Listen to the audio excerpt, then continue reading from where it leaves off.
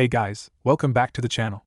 This is a story about what if Naruto Uzumaki clan Highschool DxD harem. Before I start, please support for more amazing content, and do consider subscribing to my channel and share this video with your friends. This is written by Rave Rose of Twilight and link in description and support writer. Let's start the video. Chapter 1, Evil Pieces and Inheritance. The power to subjugate hatred is here. Thousands of years ago, there were the three factions. Unlike other supernatural groups which were, more or less, independent of one another, these three were all interconnected with one another. Together, the three factions spawned the Judeo-Christian religion and became part of the Bible. These three factions were the angels, the devils, and the fallen angels. The three factions waged war against one another under the leadership of the biblical god, the four great Satans, and the fallen angel organization known as Gregory, led by Azazel, which came to be known as the Great War.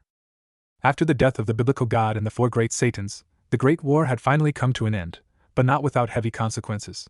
Thousands of angels and devils had died in the conflict along with only hundreds of fallen angels.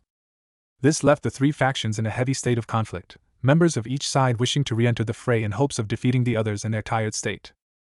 Due to a state of extreme exhaustion after the Great War, and with all three factions suffering heavy losses to their main forces, either of the forces' leaders wanted to continue fighting a losing battle.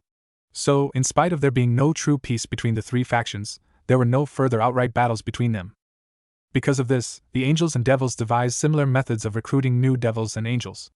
Those methods were known as the Evil Piece system, based on the game of chess, and the Brave Saint system, based on playing cards. Thanks in part of the Great War, the 72 pillars, the 72 main families of pure-blood devils had taken serious casualties and were reduced to 34 families due to the feelings some devils had about how devils whose blood wasn't pure weren't true devils.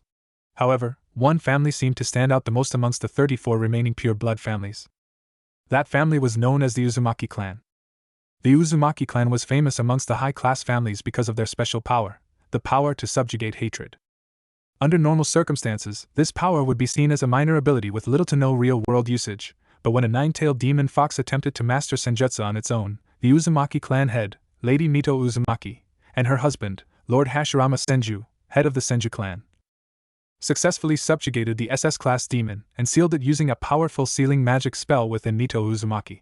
Because of this, the Senju and Uzumaki clans were granted the title of Duke.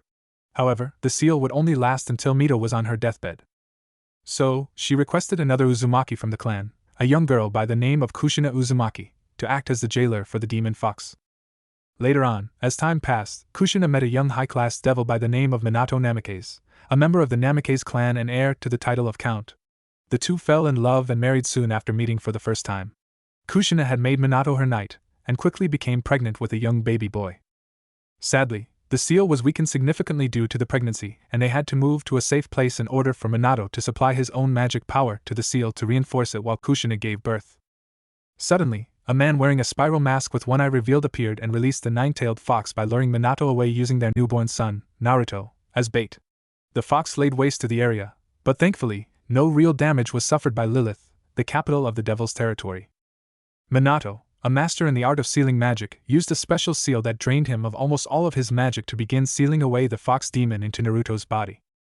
As a last-ditch effort to escape being sealed away for a third time, the fox launched a claw toward baby Naruto, but it was intercepted by Minato and Kushina, both of whom had died to protect their son. Minato's Knight Piece and Kushina's King Piece seemed to fall to the ground at Naruto's feet before silently disintegrating into dust and blowing away with the wind. Surzex Lucifer, a member of the four great Satans and a family friend of the Uzumaki clan, found Naruto crying on the ground with an intricate seal glowing bright red on his navel before fading away into nothingness. Behind him was his wife, Graphia Lucifuge, walked up to the baby boy and held him in her arms, whispering sweet nothings in his ear and cradling his tiny body before he fell asleep. Surzex approached his wife smiling lovingly. "He looks just like his father, you know," said the red-haired man, slowly stroking the mop of blonde, spiky hair. Graphia giggled and nodded. "He'll be a lady killer for sure." "You know that just means he's going to inherit his mother's personality, right?" she said teasingly, causing her husband to pale significantly. "I can already tell he's going to be incredibly strong. So much potential in his tiny body," said the silver-haired woman as she rubbed her thumb along Naruto's whisker-like birthmarks. "I wonder how Rias-chan will react to having him around the household." 8 years later. 8 years. 8 years of torture, pain, and depression for Surzex Lucifer. Growing up in the Gremory household, Naruto Uzumaki had gotten along with almost everybody he came into contact with. Even Lord and Lady Gremory enjoyed having the young Uzumaki heir around the house to liven things up a bit. Especially when all of his pranks were targeted towards Surzek's Lucifer or Falbium Asmodeus. Even Seraphal Leviathan adored the young boy's antics and occasionally joined in. Now, however, it was time for Naruto to get his set of evil pieces. Rias Gremory, Surzek's little sister, had decided to go along with them simply for the sake of getting a chance to play with Naruto afterwards and because she had gotten her evil piece set 2 years ago.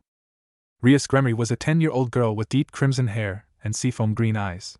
She was just an inch or so shorter than Naruto, making her around 4 feet tall while Naruto stood at around 4 feet 1.5 inches.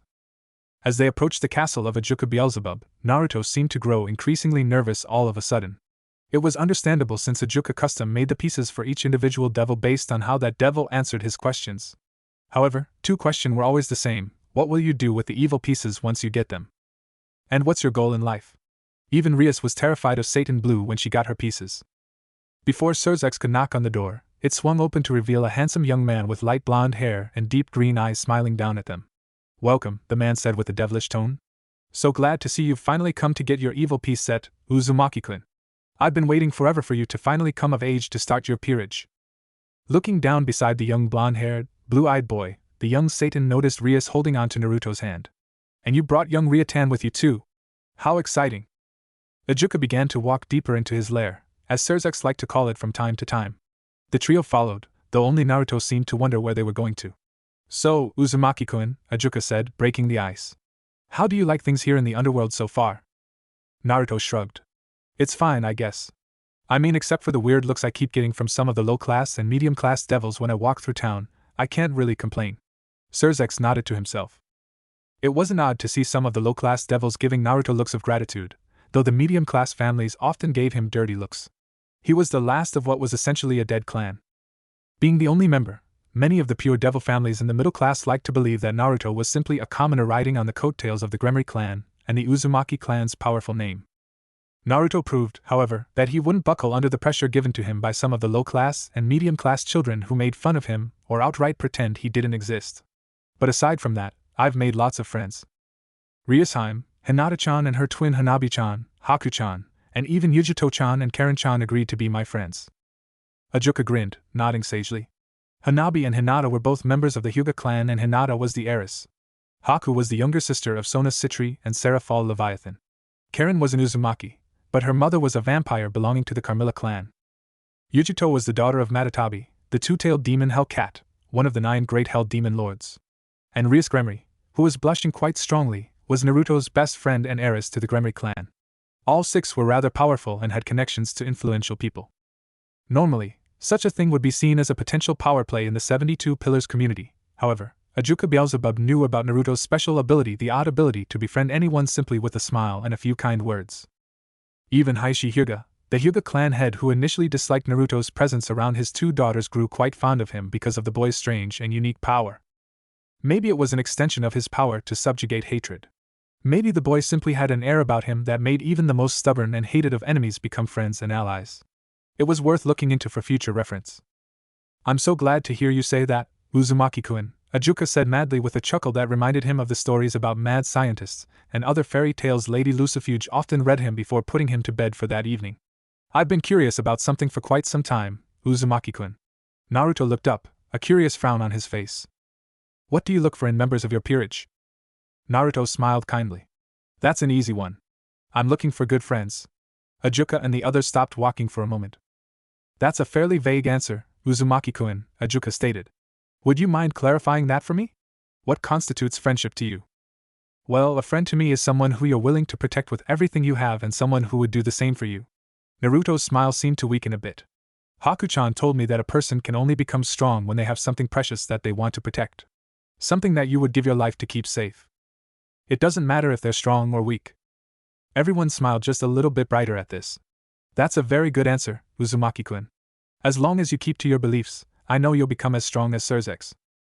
Rias hugged herself closer to Naruto, both children blushing a great deal.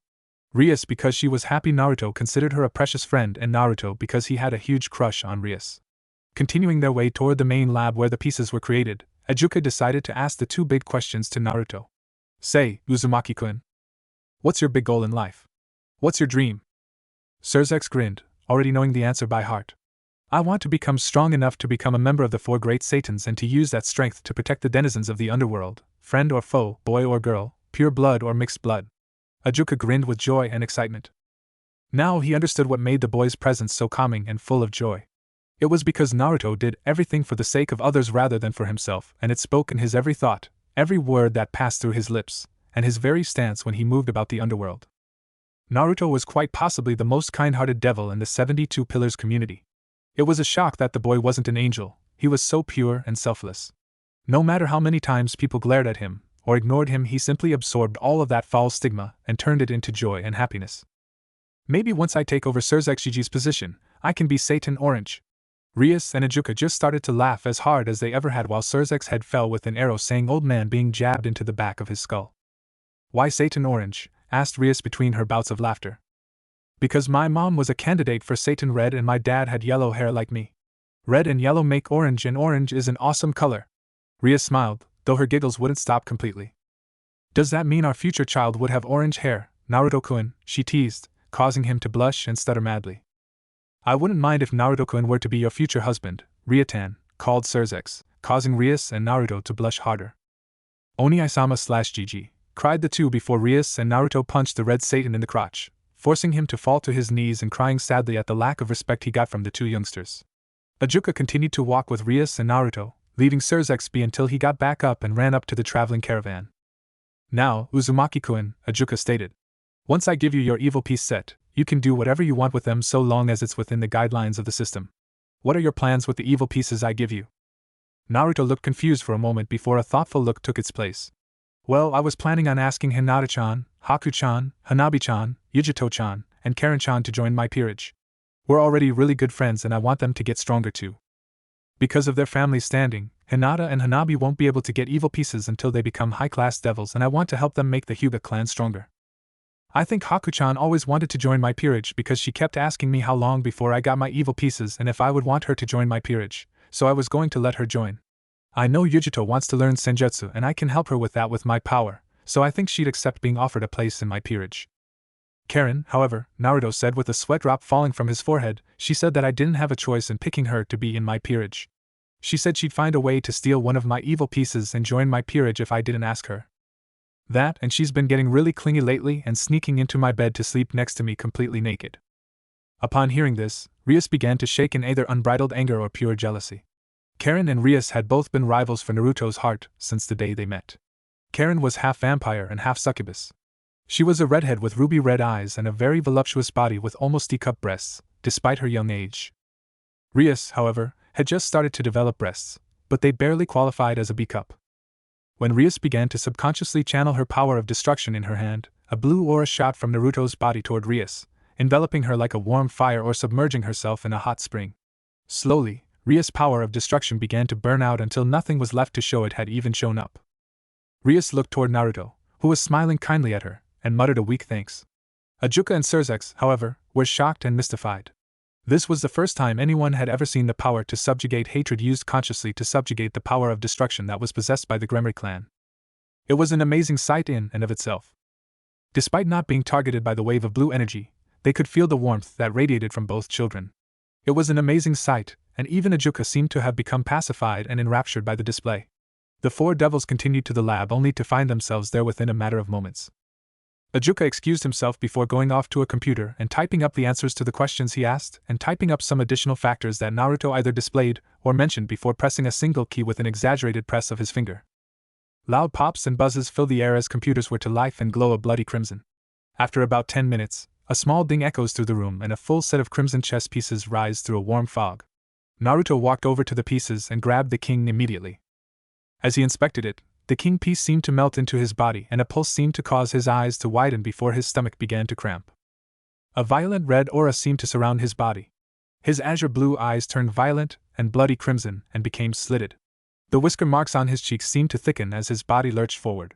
Surzex, having known of Naruto's burden, prepared his own power of destruction.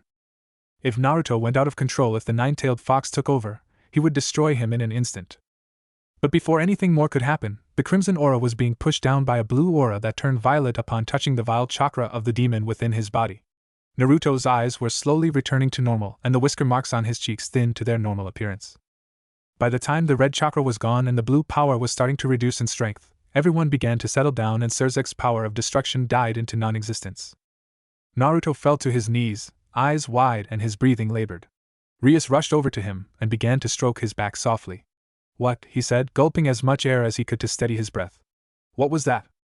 Surzek and Ajuka looked at one another before nodding.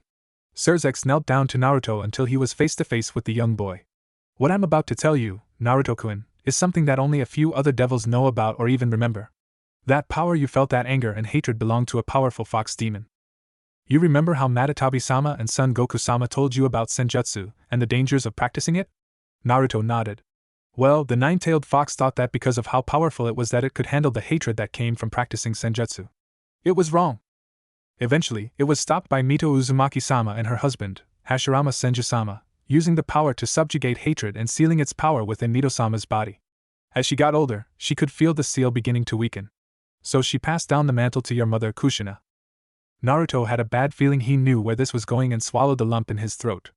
"Kushina, as she gave birth to you, was attacked by a masked individual who used you to lure her husband, Minato-sama, away from her long enough to unseal the demon fox from her body.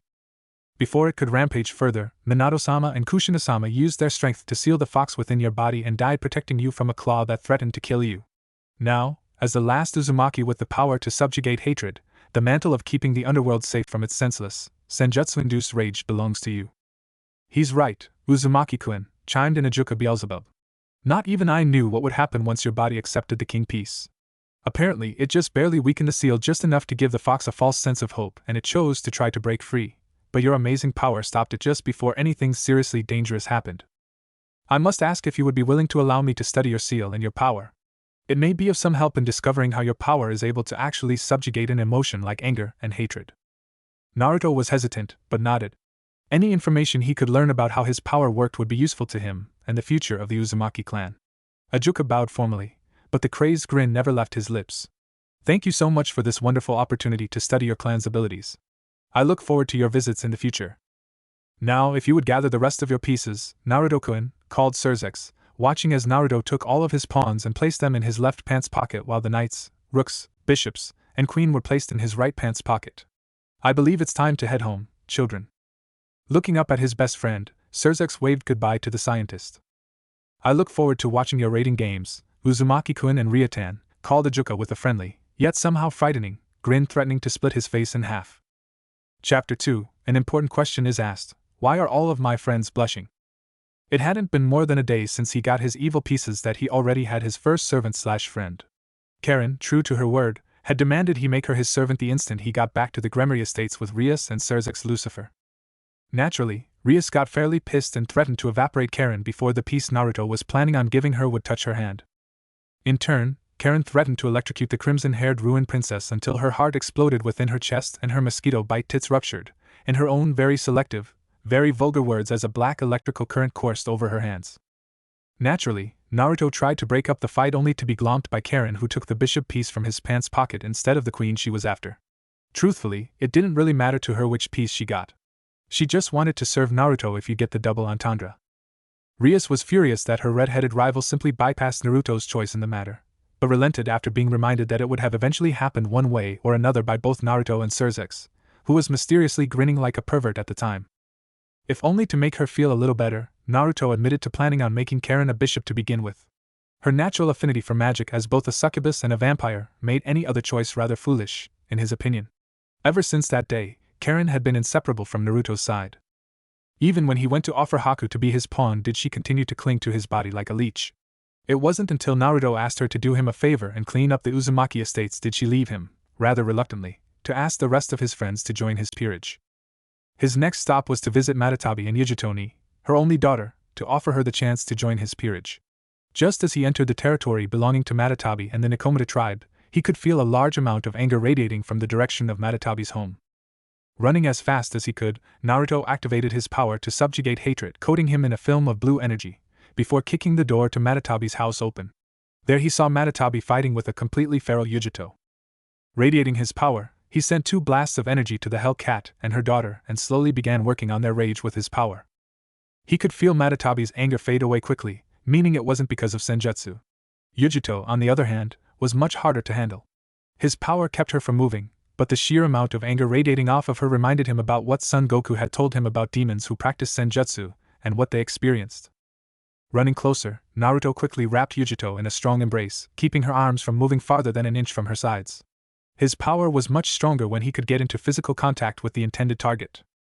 Slowly, Yugito's anger began to fade. As the minutes passed, Yugito's body began to slump down until all of the anger left her body and she was back in control of her body. Exhausted, she looked back at Naruto. Her medium-length blonde hair was tied up in a ponytail that split into two separate tails, a way of showing she was Matatabi's daughter by mimicking the way her tails looked. Her black eyes looked absolutely exhausted, though thankful that Naruto was there to look out for her well-being. It wasn't more than half an hour after passing out from the effects practicing senjutsu left her with. Matatabi was explaining what had happened and how she was trying to introduce her to senjutsu and yujitsu slowly rather than all at once. Sadly, even a little bit of controllable hatred that came from learning senjutsu was enough to send Yugito off the deep end. As she groaned, placing her hand on her neck, Yugito saw Naruto sitting in a chair just across from her with a worried smile on his face. On his shoulders sat Matatabi in her house cat form. "Hey, Nico-chan," said Naruto happily. "I'm glad to see you're feeling well." Yugito tried to speak, but only coughed dryly. He handed her a glass of water, which she drank greedily. After finishing with the glass, she set it on the table next to her bed. "Thank you, Naruto-kun," she said, still a bit raspy. "It's no problem, Nico-chan. I'm just glad you weren't hurt trying to practice something so dangerous, and that nobody else was hurt either," he said kindly. Yugito looked a bit depressed. "I'm sorry about worrying you, Naruto-kun. And I'm sorry I couldn't control myself, Mama," Yugito said abashedly. "You have nothing to apologize for, Yugiheim," said Matatabi.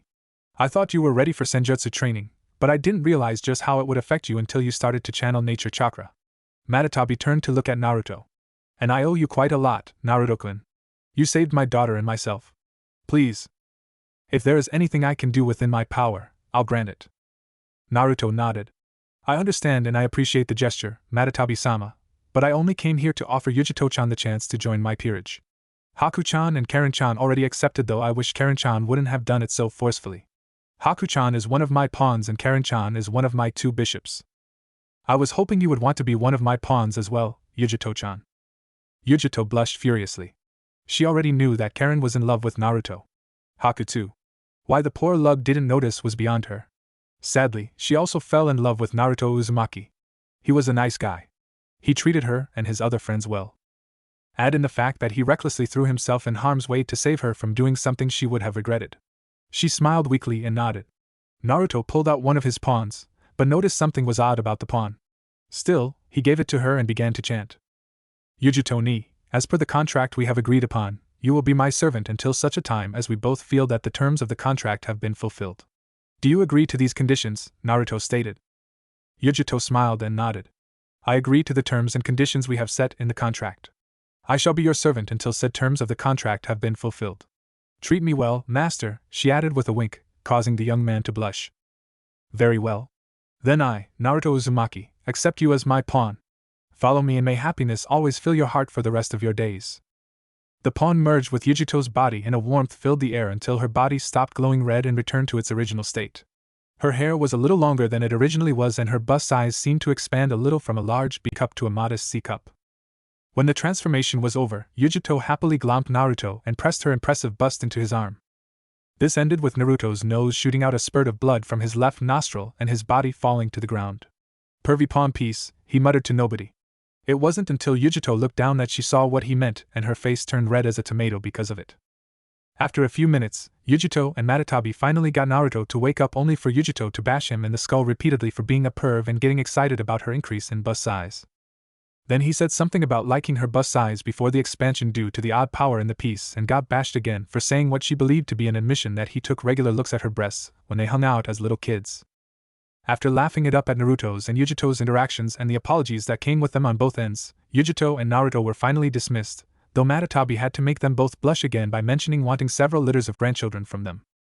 Needless to say, the walk to the Uzumaki estates was fairly awkward between the two. Neither could look the other in the eye, and when they did, all that would happen was a blush coming from Naruto or a blush and a glare from Yugito if she thought he was trying to check out how much her breasts expanded. Upon entering the long-since abandoned Uzumaki clan estates, something Surzex had said he inherited and was simply waiting on giving him, when he got his evil piece set, he immediately saw Rias sitting in a love seat, glaring at Karen, who was dressed in only an apron. Haku, on the other hand, was wearing a rather revealing French-made outfit that accentuated her C-cup breasts, which she usually bound to appear to be a boy around other devils. However, since she was already Naruto's servant, and couldn't be claimed by another devil, she had no problem showing off what she had been developing for the last 12 years. Yugito simply looked on in either shock or embarrassment since Karen was practically naked and Haku, who she initially thought was a boy due to her lack of breast development, was actually a girl with fairly large breasts. When Rias turned to see who had come in, she saw Naruto and Yugito standing there before a sad cloud appeared over her head as she looked down and began squeezing her own B-cup breasts in either shame for trying to compare to Haku, Karen, and Yugito or by believing Naruto preferred big-breasted girls. Truth be told, she was the only person who was oblivious to Naruto's obliviousness.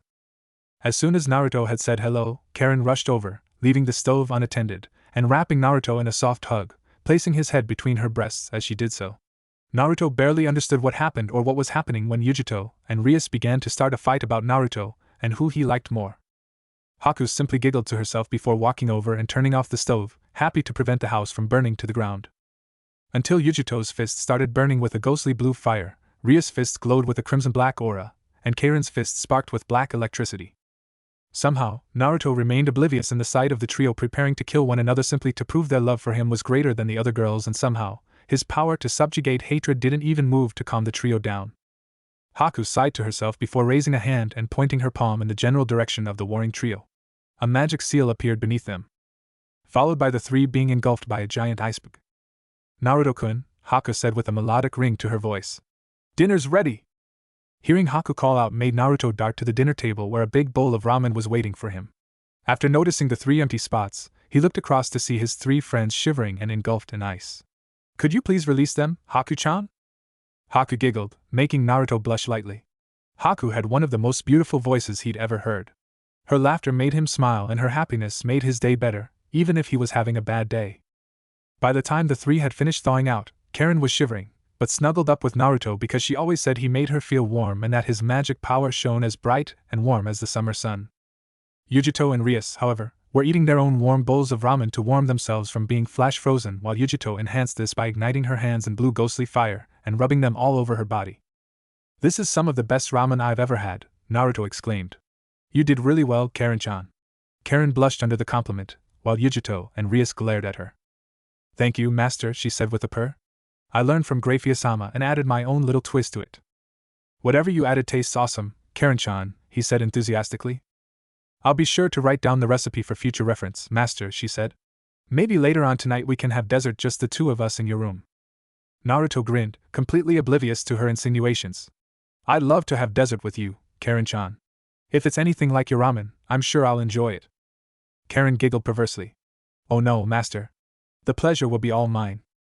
Yugito narrowed her eyes at Karen's blatant attempt to have sex with Naruto.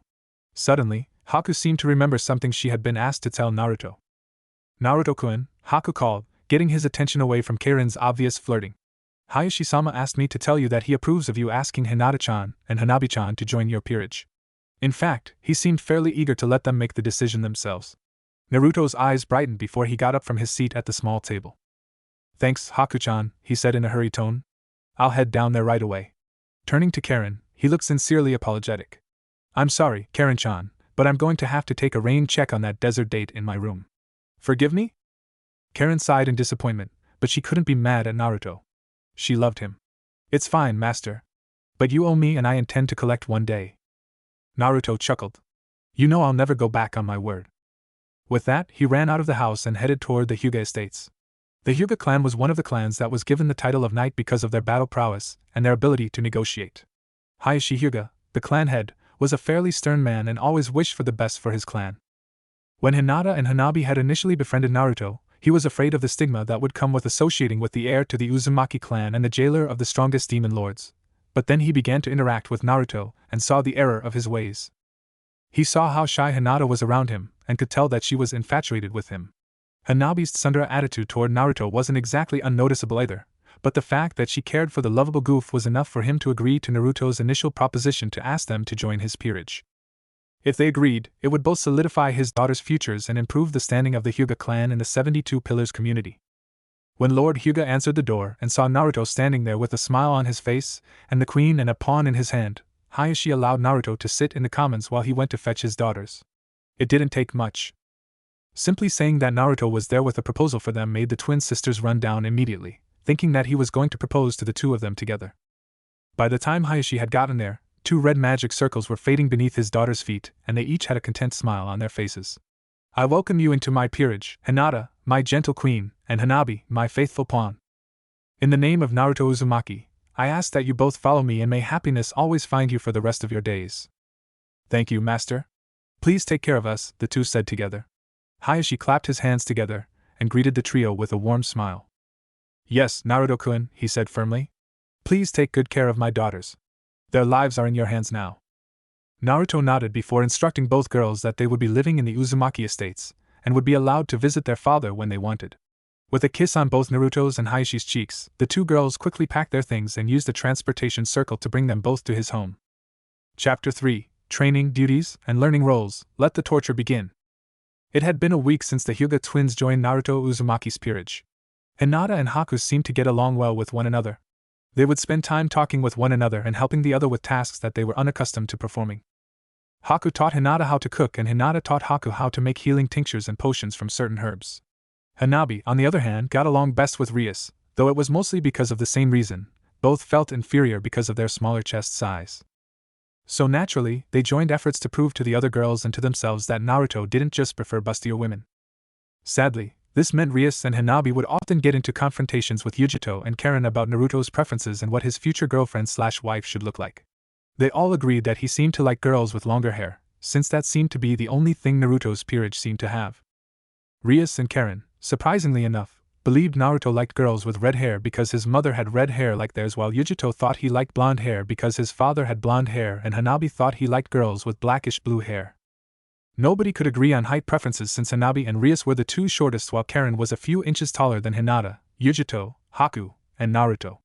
Haku and Hinata were both about the same height as Naruto, while Yugito was just an inch taller than the 2 kind girls and Naruto. Despite all of this arguing, the 4 girls had a grudging respect for one another since Naruto must have seen something in each of them to ask them to become a part of his peerage. For Karen, they were somewhat jealous of her natural beauty and her skill with some powerful lightning and ice spells. For Yugito, it was her natural strength and agility that drew the jealousy of some of the girls. For Hanabi, it was the fluidity in her every movement.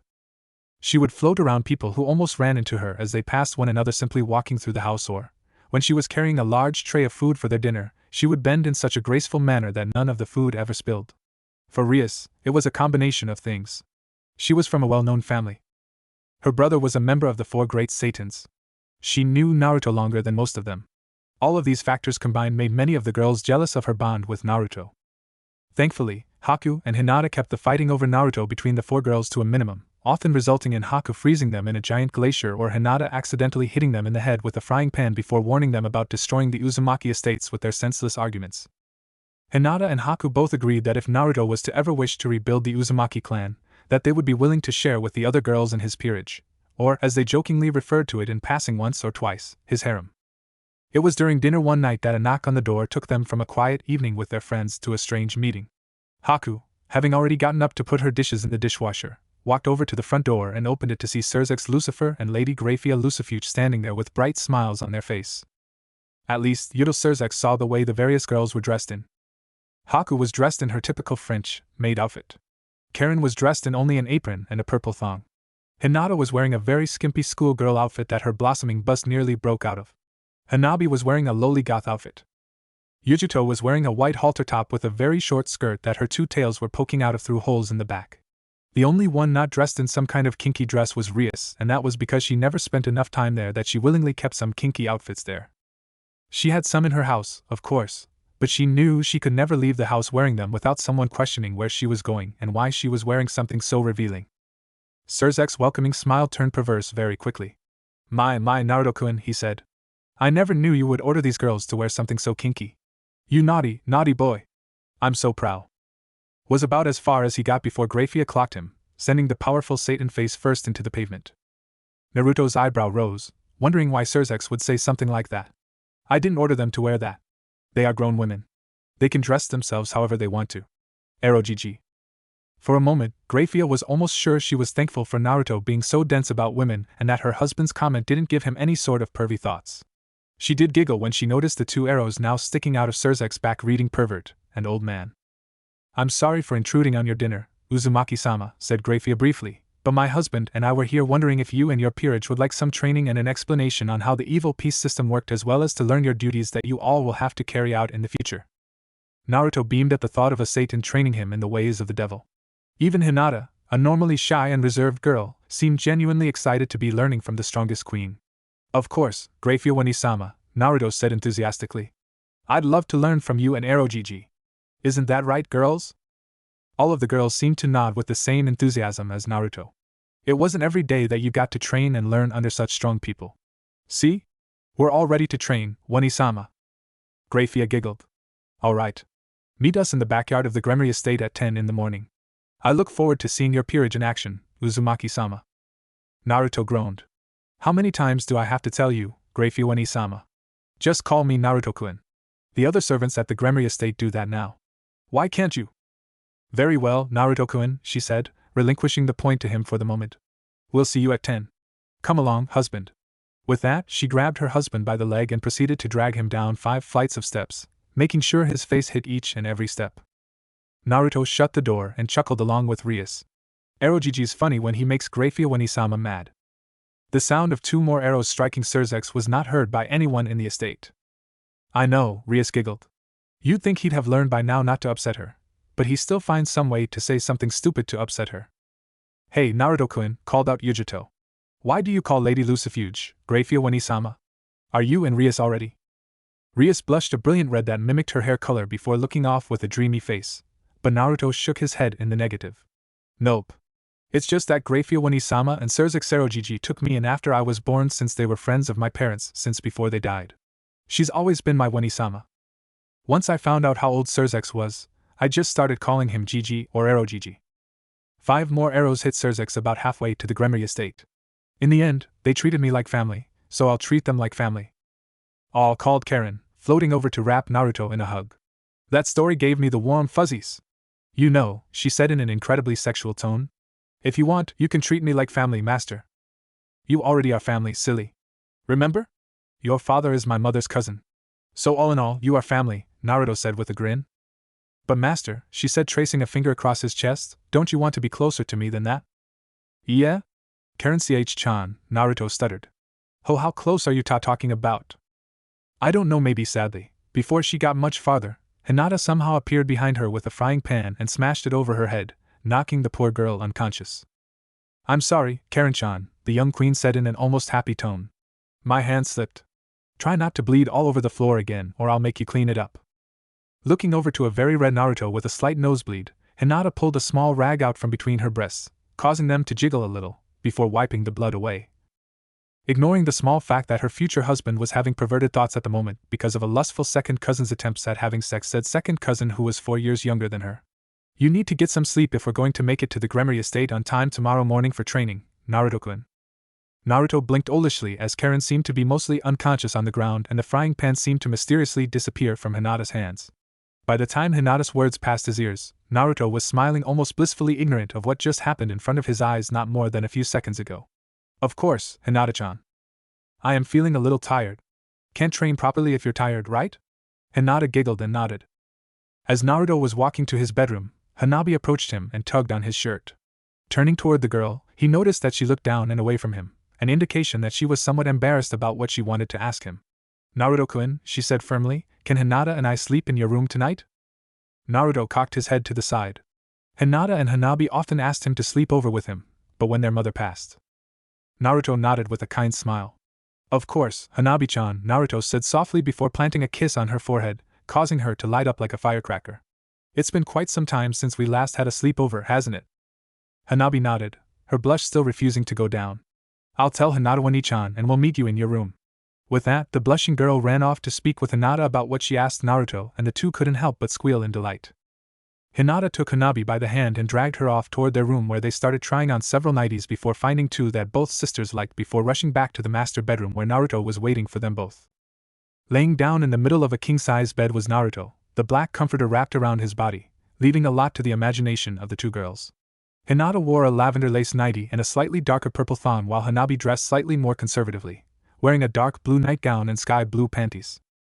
Naruto, having heard the door open, blushed heavily as his eyes were allowed to roam the barely concealed bodies of the Hyuga sisters. Hanabi looked almost embarrassed to allow Naruto to see her this way, while Hinata seemed to either ignore his wandering eyes or allowing his eyes to wander across her voluptuous body. The Hyuga twins walked over to Naruto's bed and crept in under the heavy comforter. Hanabi to his left, the direction his back was facing toward, and Hinata to his right, gently cuddling and curling her body into his. The lights were clicked out and the trio said their good nights, though Naruto was nervous by having two beautiful women pressed up against his body. In spite of all this, Naruto stilled his nervousness and wrapped his arms around Hinata as Hanabi wrapped her arms around Naruto before sleep met the trio fairly quickly. The next day, Naruto and his peerage were sitting in the garden of the Gremory estate with Rias while Surzex and Grafia were standing across for them. Surzex was smiling at them and Grafia was standing by his side. As you all know, there are 15 pieces in an evil piece set. 2 rooks, 2 knights, 2 bishops, a queen, and 8 pawns. Now, what you might not know is that each of these pieces has special abilities unique to them. Rooks have powerful defense and strength. They act as tanks on the battlefield. Their only weakness is that they aren't very fast, and anyone who is faster than them can easily avoid their blows and land their own until the rook in question is incapacitated. Knights are renowned for their impressive speed, Grafia said. They usually use a weapon of some sort to improve their attacking capabilities. Usually a sword or a spear. Their weakness is their lack of strength and defense. A few powerful blows will put them out of commission. Next up are the bishops, said Surzex, his eyes landing on Karen immediately. Bishops have incredible magic ability and are typically used in support roles, provided they know some kind of healing magic or have a healing ability unique to them. Last, but certainly not least, is the queen, Grafia said. The queen has the abilities of the rook, knight, and bishop. While most queens focus on strengthening one skill above the others, I myself have managed to bring all of my skills to the level of those pieces who have trained their skills to their maximum level. It's why I have been granted the title of the strongest queen. That is about all there is to say about the royal pieces, said Surzex. Our last piece is what most people believe to be the weakest piece. The pawns. While they don't experience a powerful increase in skills like the other pieces do, they have an ability unique to them. It's the ability of promotion.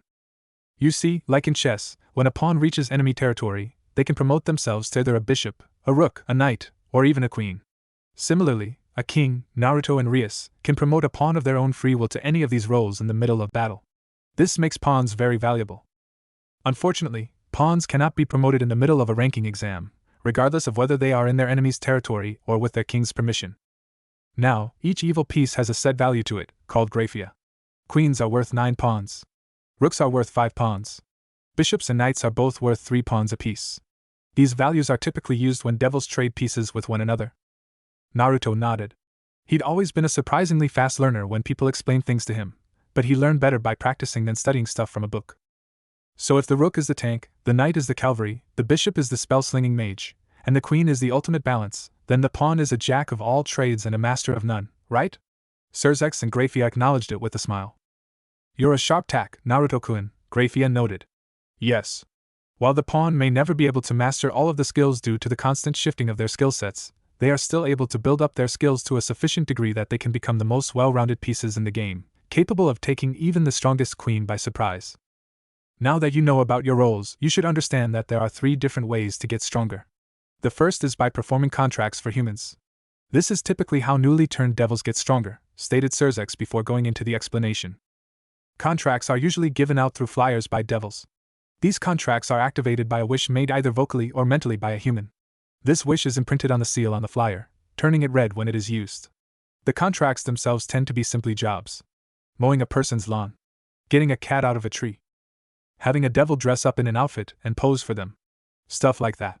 However, there are occasionally people who will try to use these contracts in degrading and derogatory ways. Contracts that humans make involving having sex with the devil or getting the devil to provide other sexual services such as strip teases, lap dances, or other such services will not activate the seal on the contract, and the contract will turn completely black and disappear into ash. The person who made the wish will have an invisible seal placed on their hands, and any contracts that they touch will turn to ash. Now, by completing the contracts and getting the client to declare the wish fulfilled will grant the king and the servant who accomplished the task a very small boost in their devil powers. Contracts are the slowest way that devils use to get stronger, but it is by far the most commonly used method. The second method is to train and improve your skills, called Grafia. This is accomplished through rigorous methods. Casting spells until your magic reserves are almost completely drained is a method most bishops, pawns, and queens use to increase their magic reserves and decrease the amount of mana needed to cast the spell until it becomes second nature and requires only a small amount of mana. Now, the more mana you place into the spell, the more powerful it becomes, but this is a double-edged sword since if you place all of your mana in one blast, you would quickly become a sitting duck with nothing else to rely on. To train one's strength and endurance, sparring and exercise typically increases these attributes. However, skilled rune mages could create a rune that would increase the gravity on one's body, which would help to increase strength by making a devil's muscles work harder, thus increasing their strength.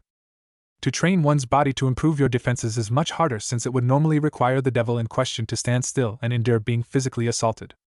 Neither of these methods are recommended since it would potentially cripple the devil in question without a healer to assist in the repair of the wounds the devil using these methods would undoubtedly suffer. The girls all seemed to pale, though Naruto appeared genuinely curious about the capabilities of rune magic. Speed training is as simple as running as fast as you can as far as you can before you get tired. Again, a special rune known as the resistance rune could help you train this by making your body feel as if you were running through water, mud, or any sort of thick substance depending on the level of the rune in question. While not as extreme as the gravity rune training method, it is still suggested to use extreme caution and not perform this sort of training without a healer nearby. Surzex nodded at his wife's assessment. Now, while training isn't as slow as contracts in helping devils get stronger, it is significantly more dangerous. The final method of increasing in strength is what we devils call the raiding games. During a raiding game, two devil kings and their peerage face one another in combat. During this battle, no permanent injuries are sustained, but they are felt. The winner is the first one to force either the opposing king to surrender or to defeat the king in combat. Now, as it stands, Naruto and Rias are far too young to even begin to think about taking part in a raiding game for several more years. Raiding games, however, while the most dangerous method, is the fastest way to rise through the ranks and become a high-class devil like Naruto, Rias, and me. If you perform well, even if your king is forced to surrender or is defeated, then you can still be considered for a promotion. A victory, on the other hand, would almost assure you of a promotion unless your performance was incredibly poor, you were killed early on in the game, or you performed well at the cost of an ally or fellow servant, stated Grafia calmly. The group nodded, though their brains felt like they had been force-fed information for the past few hours when in reality, it had only been 15 minutes. For now, that's enough educating you lot. Now, it comes down to some basic training. Normally, it wouldn't be fair for either Grafia or me to train you, but since only Rias knows some of the basics after being trained by our father, Lord Gremory, I feel it only fair that we teach you some of the basics. Turning to his wife, Surzex seemed to gain an uncharacteristic seriousness to him. Grafia, my love. I trust you to train them as best you can. There is more that I have to teach Naruto about being a king and the responsibilities that comes with it. Grafia, shocked momentarily, nodded and ushered Rias, Karen, Yugito, Haku, Hinata, and Hanabi into the Gremory estates before leading them to the training gym where they would begin to learn how to fight. Surzex took Naruto by the shoulder and led him away from the Gremory estates before walking down an empty street. Naruto, he said with a gravity that shook even Naruto. As the heir of the Uzumaki clan, you have to understand several things that should have been taught to you by your parents. Among those things are strategy, battle tactics, politics, much as I hate to believe that children your age need to be subjected to the brutality of backstabbing and backroom politics. Your clan, from what I can remember of them, were very self-sufficient. They made friends and felt the need to blackmail lords and ladies of high-class families to increase one's standing to be lowly and pathetic. They made friends and close relations with other families, though the Gremory clan was one of the few high-class families they cared deeply for. Naruto nodded. It was a disgusting thing, politics. It made good people vile and vile people the scum of the underworld. Politicians could barely be trusted to keep their word when elected, and when they did, it always ended up benefiting the politician rather than the people who elected him her. Lord Hiashi has been teaching me a few things about politics from time to time. Surzex seemed to grunt. It would have been in his best interests to, Naruto. He knew you would be asking his daughters to join your peerage for a while now. By teaching you about politics, he helped both you and himself. It would have been foolish on his part not to teach you and allow you to fumble around in the dark while clans only interested in your power and wealth stole from you blindly. You should continue the lessons when you can spare some time between training and studying. The red-haired devil pulled out a dusty old tome and blew on the cover before handing it to Naruto to examine. Naruto, much to Surzex's amusement, sneezed as he walked through the thick cloud of dust he blew off the book before taking a closer look at it. The Art of War by Sun Tzu? Who's that? He was a brilliant strategist and military tactician. He wrote that book one day when I offered to assist him in one of the wars he fought in, Surzex said, smiling fondly as the memories seemed to float to the front of his mind. In that book is some of the best information a king and a high-class devil such as yourself could ask for. Despite its age, the information within is still used by military leaders today. If you can commit that to memory, then nothing will be able to stop you save for a god or one of the 4 great satans. Naruto swallowed the lump in his throat. This book meant a lot to Surzex. It was easy to see why. So, he swore to read it every night before going to bed. He didn't notice Surzex digging in his front breast pocket before pulling out 3 objects. 2 of them looked to be notebooks, but the third looked like a heavy tome, far larger than the last one he gave the young boy. He weighed the decision to give them to Naruto in his mind before giving them to him. Naruto looked at the 2 smaller books before flipping through a few pages and reading them. It took a few minutes before he realized what they were and who they belonged to. His hands began to shake violently and his breathing seemed to pause in his chest before wrapping his arms around the 3 tomes and hugging them tightly to his chest, afraid that if he let them go, they would disappear forever. "Those are your parents' journals, Naruto-kun," Satan Red stated with a hint of sadness. "Originally, I was supposed to give them to you when you turned 18, but with the events that you've been through and the things you've discovered about yourself, I feel like you have the right to know your parents on a personal level instead of hearing stories about their adventures from Grafia and me." He took a deep breath and quickly released it. "That larger tome contains all of your parents' work on understanding rune magic and wind magic, both fairly unknown magics in the underworld. By practicing the things in that tome, I have no doubt that you can become a strong devil and a powerful king. It may even help you become a member of the 4 great satans, huh?" Naruto's hair overshadowed his eyes and tears began to fall from his eyes. Putting the books in a backpack, Naruto ran over and wrapped his tiny arms around the elder devil's hips. Backing away from the stunned redhead, Naruto glared softly at Surzex. "If you mutter one word about that to Grafia Wanisama, I'll ask Karen to tie you down to a pole and continuously strike it with her evil spark spell until your heart stops and starts 50 times before untying you and making you walk around Lilith naked. Got it, Arogigi?" Surzex Lucifer simply laughed and ruffled the young boy's hair before walking off with his young ward. As the 2 walked back to the house, Naruto had pulled out the grimoire full of magic formulas and ideas that Kushina and Minato bounced off of one another. Somehow, everything seemed to make complete sense to him. Even when he tried to explain some of it to the Red Satan, the man seemed to get lost at one point or another. Naruto couldn't wait to practice the spells in the book at the Uzumaki estates. He had a lot of reading to do. By the time they reached the front door to the Gremory clan house, the 2 men could have sworn they heard electricity humming in the air around them, followed by other odd sounds that could only mean something was being destroyed. Upon opening the door to the training room, Surzex seemed to be the unlucky recipient of a black lightning bolt to the face. Naruto, ignoring the groaning man's agony, walked up to the girls with a smile and waved to them. "Hey girls," he said fearlessly in spite of just how close that black bolt of lightning came to hitting him. "How has your training been coming along?" Upon opening his eyes, he could see that Rias and Karen both had some scorch marks on their clothes where Yugito's blue fire had done some serious damage to their clothes. The fact that Yugito's hair was really frizzy and had sparks coming from it meant she got hit by a lightning bolt or 2. The fact that Rias seemed to have been on the receiving end of the least amount of damage seemed to indicate she had either been the winner of their bout, or she simply watched as Yugito and Karen went at it before a stray fireball hit her and started burning away her clothes. Somehow, Karen's clothes and Rias' clothes were barely holding on by a thread. Upon noticing Naruto was now in the room, Karen screamed and dashed over to him. It wasn't until she was halfway to him that her top mysteriously seemed to tear the only piece that was hanging on, if only barely, and Karen shoved Naruto's face deep into her breasts. "Oh, master," she wailed in agony. "It's been so hard trying to concentrate without you here to keep me company." Grafia started to develop a sweat drop upon seeing Naruto begin to suffocate between Karen's massive, for her age, breasts. "You were doing fine until he showed up," she deadpanned. Grafia had been showing Haku all kinds of different ways to use her ice magic that the young pawn hadn't thought of yet, and Hinata was slowly developing her magic and her speed by forcing herself to cast spells while on the move and trying to be accurate about it. It was slow going, but progress was certainly being made. Karen, as a bishop, had larger magic reserves. They were especially large because of her vampire and Uzumaki succubus heritage. While her lightning spells were nothing to laugh at, she had a slightly harder time using other elemental magics. However, upon practicing one of the few healing spells Grafia knew, it was discovered that she had a knack for healing the wounds of others in spite of preferring to create wounds rather than close them. Hanabi, surprisingly, wasn't very good with magic at all, contrary to her sister and the rest of Naruto's peerage. Even the simplest spell became a ticking time bomb in the lowly Hyuga's hands. Instead, she preferred speed and physical damage. While she wouldn't be winning any marathons or arm wrestling competitions anytime soon, the young Hyuga was making progress in combining the Rook's physical power with the Knight's unmatched speed. Even Rias' progress was impressive, though that was mostly because she was simply improving on her skills. Still, progress is progress. Grafia just had to laugh seeing her husband's crimson hair standing on end and his face smeared in black soot while Naruto was being suffocated by his most affectionate servant. It didn't escape her notice that Naruto genuinely loved his peerage and Naruto's peerage loved him. Sadly, Naruto had never known much about love. Yes. He acknowledged the Gremory family as his own family, and he cared deeply for them, but he grew up without a solid concept of what love was. It was what made his interactions with his love-struck peerage so amusing at times.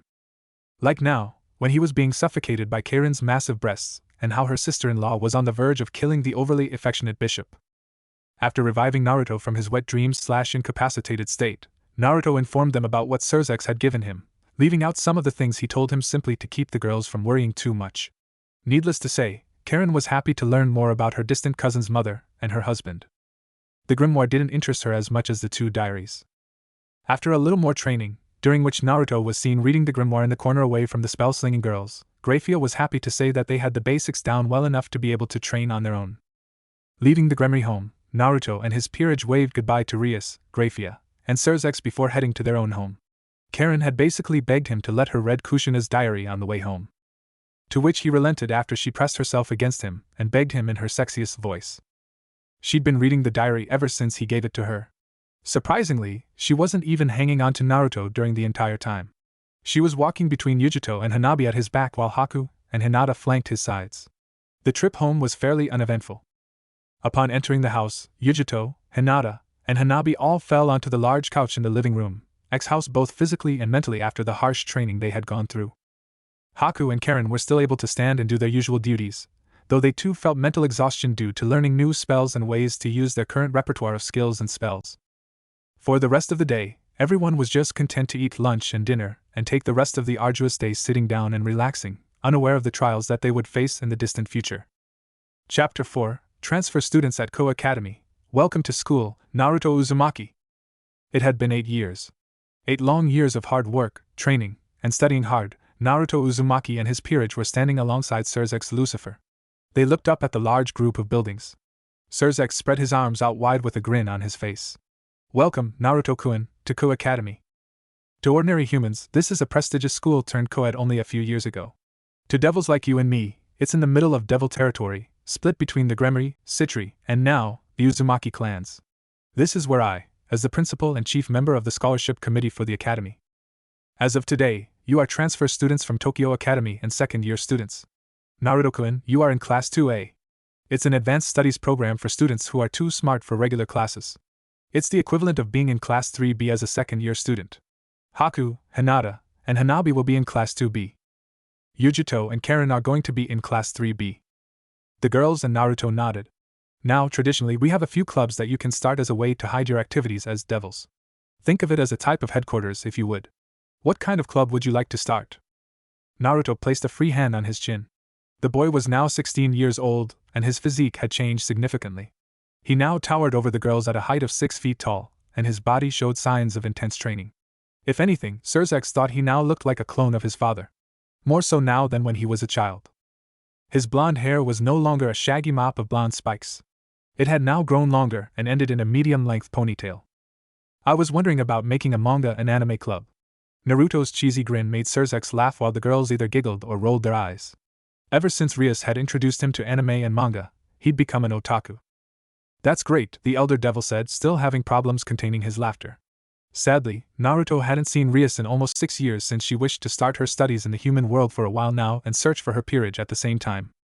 I'll just fill out the paperwork and have you enrolled, and the otaku club will only need a club room to set you up in, and you'll be able to start going to classes tomorrow. Alright? Naruto and the girls nodded eagerly, though Naruto seemed off-put by the club being called the otaku club. He preferred to call it the anime and manga club. The next day, students wearing the Kuo Academy uniform were heading back to school for the first day of class. Friends spoke with one another on the way to class, and it seemed like the groups were already beginning to form. 3 kids in particular seemed to be bonding together well. Of course, their main topic of conversation was breasts. Naruto guessed that they were the infamous perverted trio of Kuo Academy. They got caught peeping on girls in the showers, openly undressing girls with their eyes, talking about breasts, and even declaring their ultimate life's dream of having a harem. If it were anyone else, they would have likely tried to ignore the conversation. Sadly, it was Naruto that heard them, and he couldn't be more disgusted. To speak and treat women like something they could ogle all day and show off. It sickened him. Walking beside Naruto was Hinata and Karen.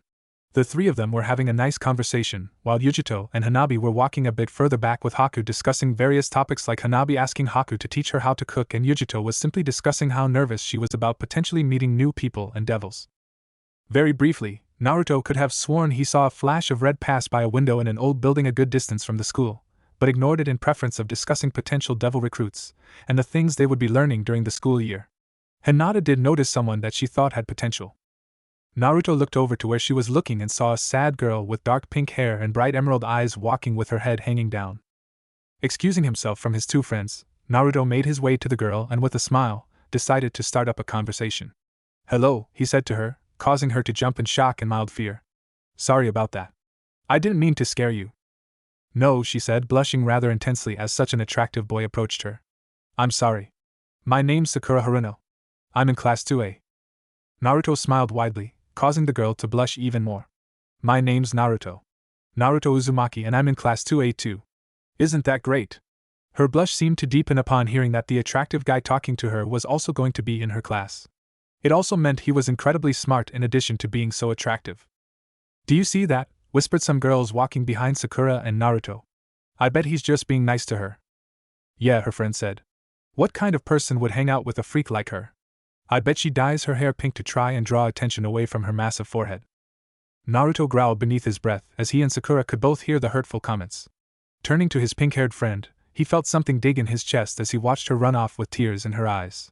Hinata approached him and placed her hand on his shoulder.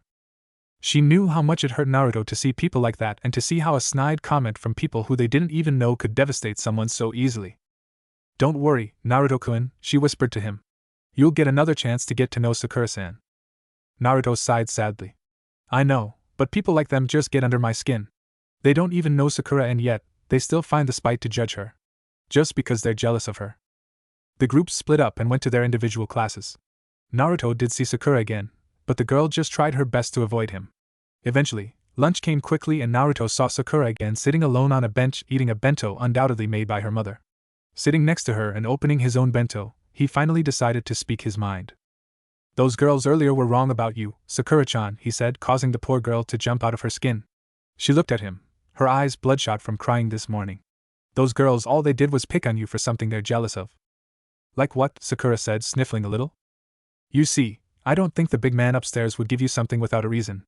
Personally, I think you have a beautiful forehead. It shows just how smart you really are. And your pink hair reminds me of the cherry blossoms that bloom in spring. Memories like that make me really happy, you know," he said without hesitation. Sakura seemed to giggle, but the blush that spread on her cheeks meant she was flattered and believed what he was saying was the truth. "Thanks a lot, Naruto-san," she said, keeping her head down. "It's just people have been saying that kind of stuff about me since elementary school. It's always gotten to me and I never was comfortable with my appearance. But you're so cool. You don't know me. You had no reason to approach me this morning. You just did. I thought, just for a moment, that someone actually wanted to be my friend." Naruto smiled. "Of course I wanted to be your friend, Sakura-chan. And I know a lot of other people who would want to be your friend too. Look around you," he said, causing her to turn and look at the other girls whispering about them behind their back. "Those girls are jealous that I'm talking to you. They would be willing to say anything about you just to make you feel bad or to think I'm just being nice to you for a bad reason. But the truth is that they're jealous I'm hanging out with you. Each and every one of those girls thinks they're attractive because they've been told that all their lives, but I think they're some of the ugliest girls I've ever met." Sakura could feel tears of joy fall from her emerald eyes. Real beauty is more than just skin deep. It isn't about having big breasts or a voluptuous body.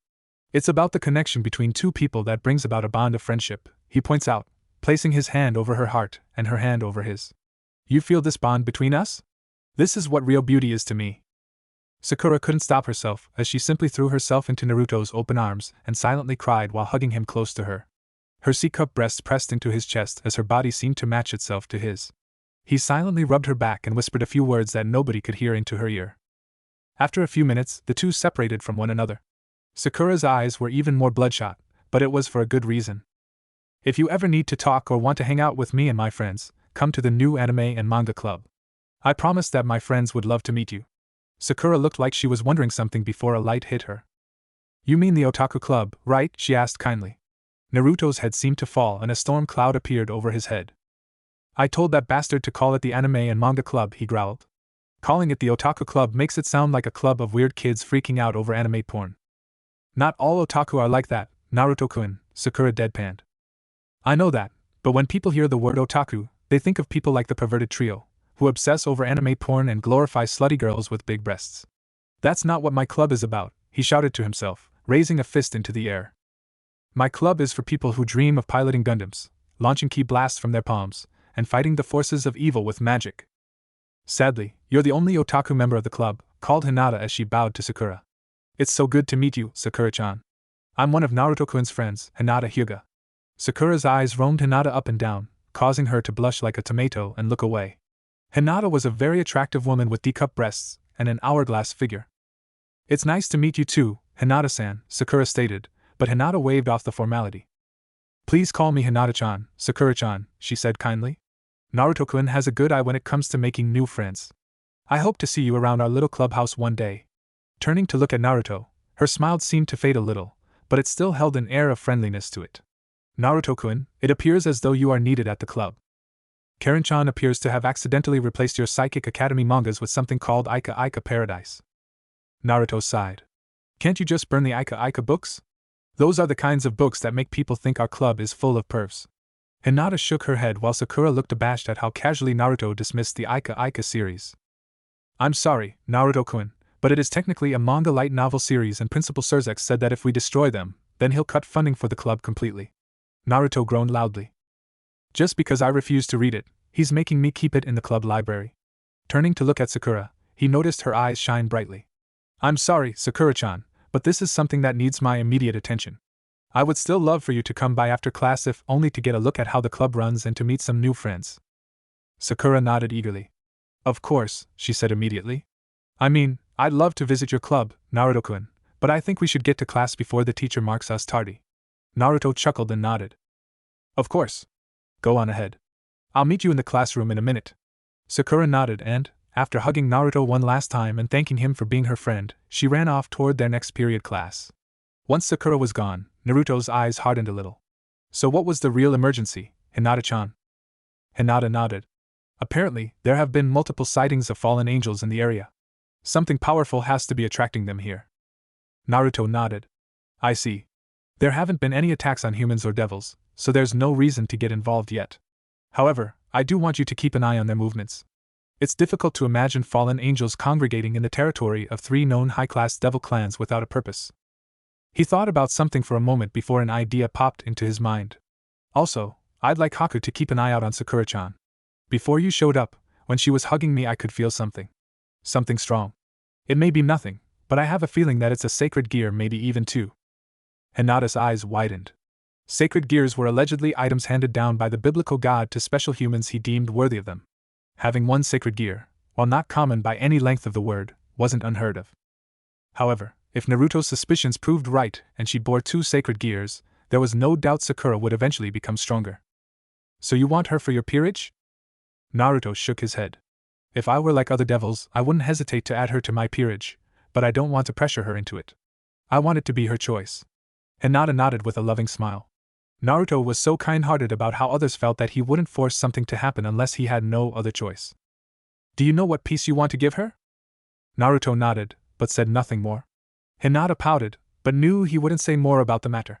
I'll go back to class and tell Haku to watch over Sakura-chan. Take care in class. Naruto nodded and started to run to the classroom.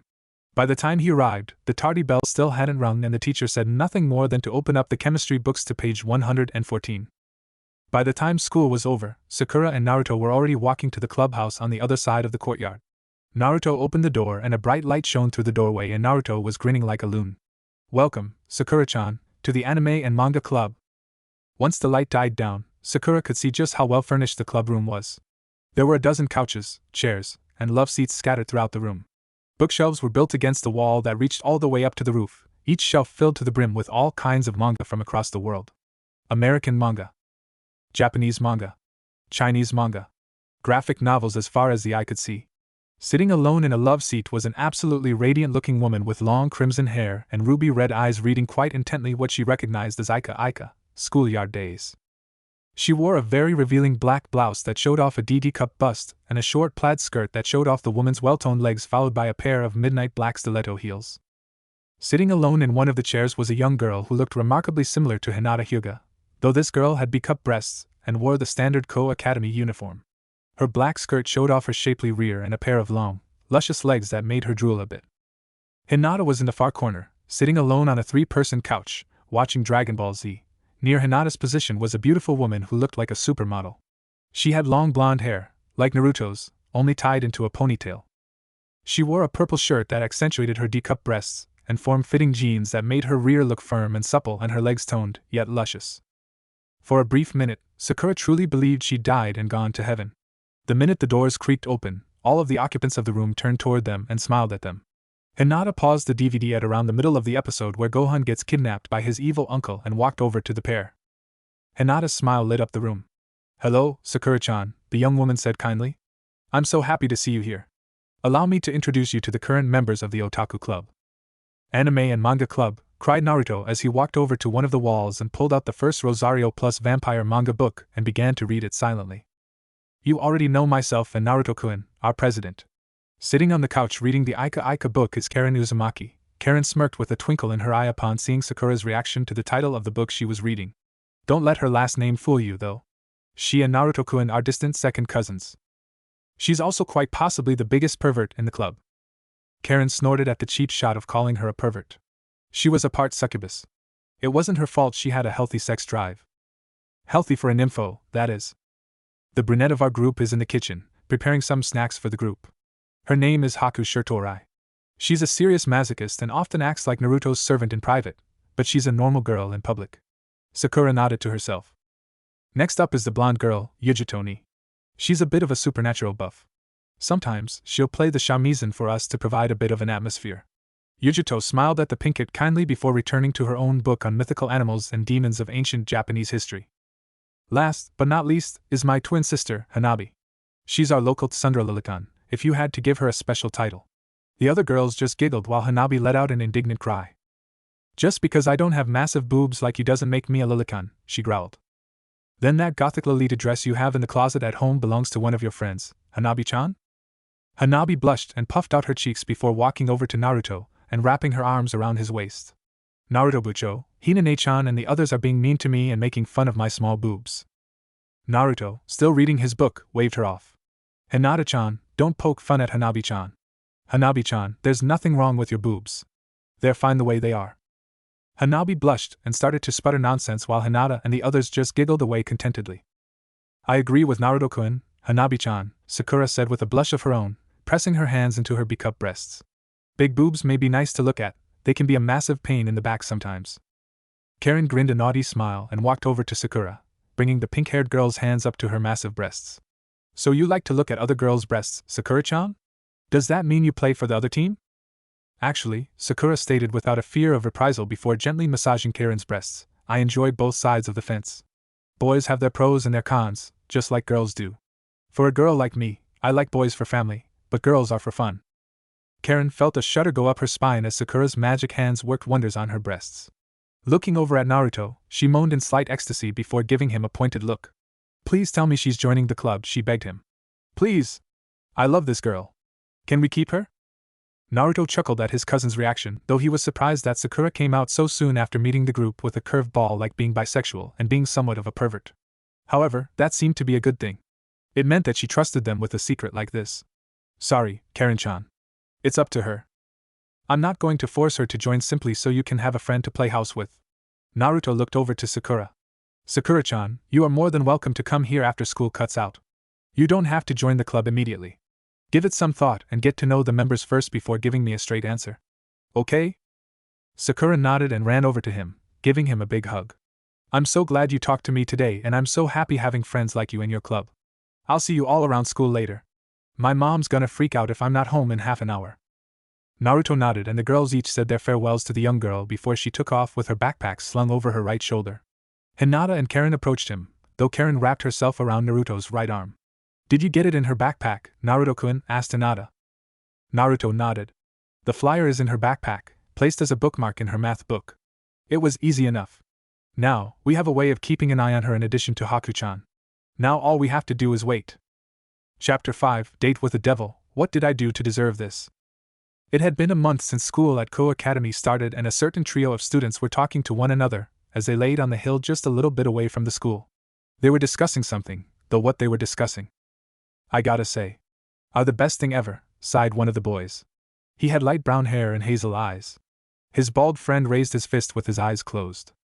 You and me are on the same page, my man, he claimed in an almost bored manner. Me too, said their other friend with black hair as he adjusted his glasses, but it's pointless. The young boy with brown hair sat up and looked across the courtyard. Matsuda, Motohama.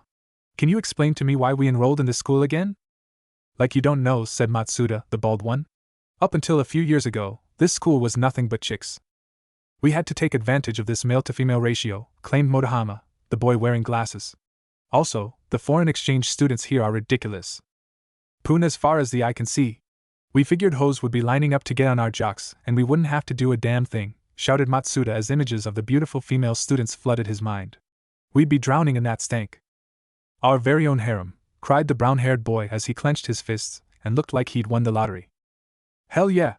We were going to have casual unprotected sex with hot chicks and then never call them again, shouted Matsuda as he struck his own pose. That was the plan anyway. Here we are up against the spring semester of our second year, and between the three of us, we don't even have one girlfriend. What's the point? It'll never happen, said Motohama lamely. No. We can't give up now. It's not too late for us. As they were talking, a young boy, just a little younger than them, was walking by. He had golden blonde hair and deep azure eyes. To the trio, he had a childlike quality to his appearance. He wore the standard Kuo Academy uniform that boys were required to wear. As he walked past the trio, a trio of girls began jogging up to him. Naruto, wait up, called the middle girl, a brunette with soft brown eyes as her two friends, a raven-haired girl with purple-blue eyes and another brunette with a lighter tint to her hair and dark brown eyes approached him together. What are you doing right now? Yeah, called the raven-haired girl. You maybe wanna go sing karaoke with us? Naruto smiled kindly and closed his eyes. Sorry ladies, he said sincerely. My club's having a meeting soon and I really have to go. Maybe some other time? The girls, while a tad disappointed, squealed in delight as hope still existed for the chance to hang out with one of Kuo Academy's gentlemen, before running off to class. Motohama adjusted his glasses and looked up at the young blonde as he left. Naruto Uzumaki, he said plainly. Class 2A, an advanced class for super geniuses. He's only 15 years old, but practically every girl in school wants to sex him up. He's the president of the otaku club. And every guy wants to mess him up, said Matsuda, raising a fist in fury. That tool, cried the brown-haired boy. I don't get it. Just because he's hot, sexy, really smart, and the coolest guy in school in spite of being an otaku, they all want to rub up on Naruto. He sucks so much less than we do, cried Motohama as tears ran down his face. Life really does blow sometimes, called the brunette as a small cloud of depression found its way over his head. Matsuda looked at his watch before shouting to his friends, oh shit. I'm gonna be late. Gonna be late for what? Said his two friends curiously. A perverted look and a thumbs up was all that needed to be seen. Moments later.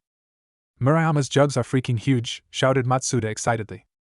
33/28/32, recited Motohama with perverse joy. And Keite's legs are crazy sexy, called Matsuda again. 31/26/31, squealed Motohama as the perverse tone in his voice reached a new pitch. I found this yesterday, said Matsuda. I call it the tit hole. Good job, Matsuda, Motohama said proudly as they continued to peek as their butts rubbed against one another through the tiny hole. Guys, called the brown-haired youth as he proceeded to pry Matsuda away from the peephole. No fair. It's my turn. As the two continued to comment, the brunette's grunts could be heard from within the changing room. Murayama, a brunette with hard brown eyes, covered herself quickly.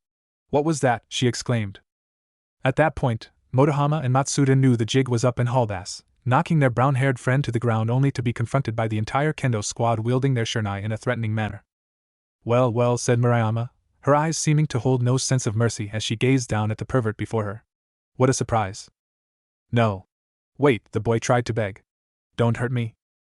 Issei, you perv, called Keite as the group proceeded to beat him senseless.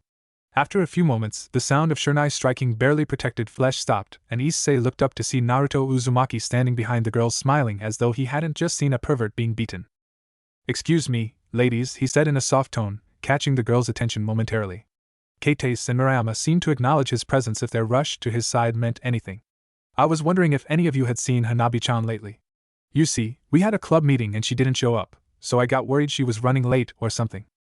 Since I know you both are good friends of hers, I was wondering if you'd seen her lately. Keitase sighed longingly. You're such a good person, Naruto-kun. Hanabi got called to the principal's office just a few minutes ago. You just missed her. Naruto sighed tiredly before perking up again. Well, if you wouldn't mind helping me out, could I ask one of you to escort me back to the club? You see, some of the girls around here have been becoming more aggressive as of late, but if you're busy doing something right now, I can understand. Murayama nodded before smacking Issei one final time with her shurnai. We'd be happy to protect you until you reach the anime and manga club, Naruto-senpai. Naruto waved off the formality. Please, Murayama-chan. Call me Naruto or Naruto-kun. We're in the same grade, after all, and I was never one for formalities between friends. Kaname and Murayama seemed to fall into a stunned silence. You really consider us your friends, Naruto-kun, called Kaname first. Naruto nodded. Even though we don't know a lot about one another, and we rarely meet up, we formed a bond between us in that short amount of time. You both watch over Hanabi-chan, and she's one of my closest friends just as she is one of yours. This bond that connects our hearts to one another starts out frail and easily broken, but as we spend time getting to know one another, that bond between us grows stronger with each passing moment. Naruto scratched his head nervously, unaware that the entire Kendo club and Issei were looking at him in awe. At least, that's what I'd like to believe. Kaname and Murayama could feel a blush forming on their cheeks as they slowly brought a hand to their hearts.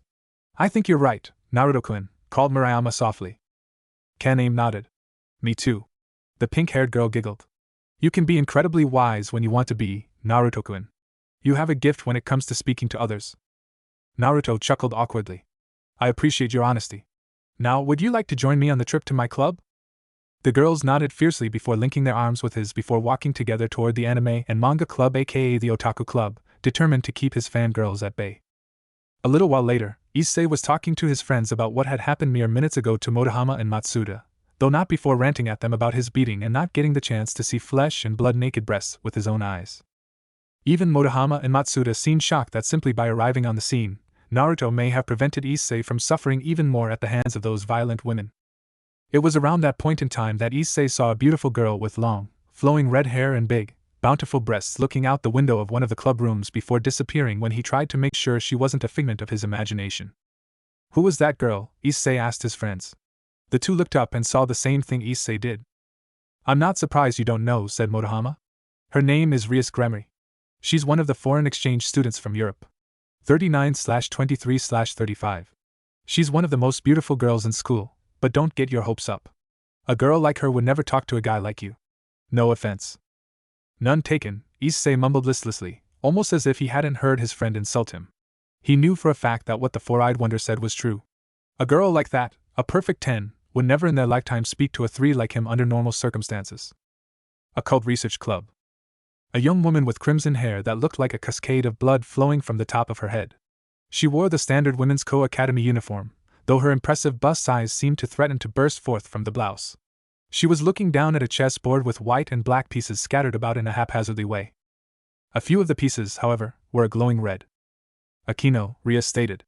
Who was that boy? The one in the middle of the group down there? Akino Himejima, a beautiful girl comparable to Rias, had long black hair that looked to be woven from silk and deep purple eyes. She had a contemplative look adorning her face as she tried to recall the information. His name is Issei Hayato, I believe. He's from Class 2B. He's also a shameless pervert, Akino stated, though the last part she said with a giggle. Why? Are you interested in him? Rias frowned before moving a piece down the board.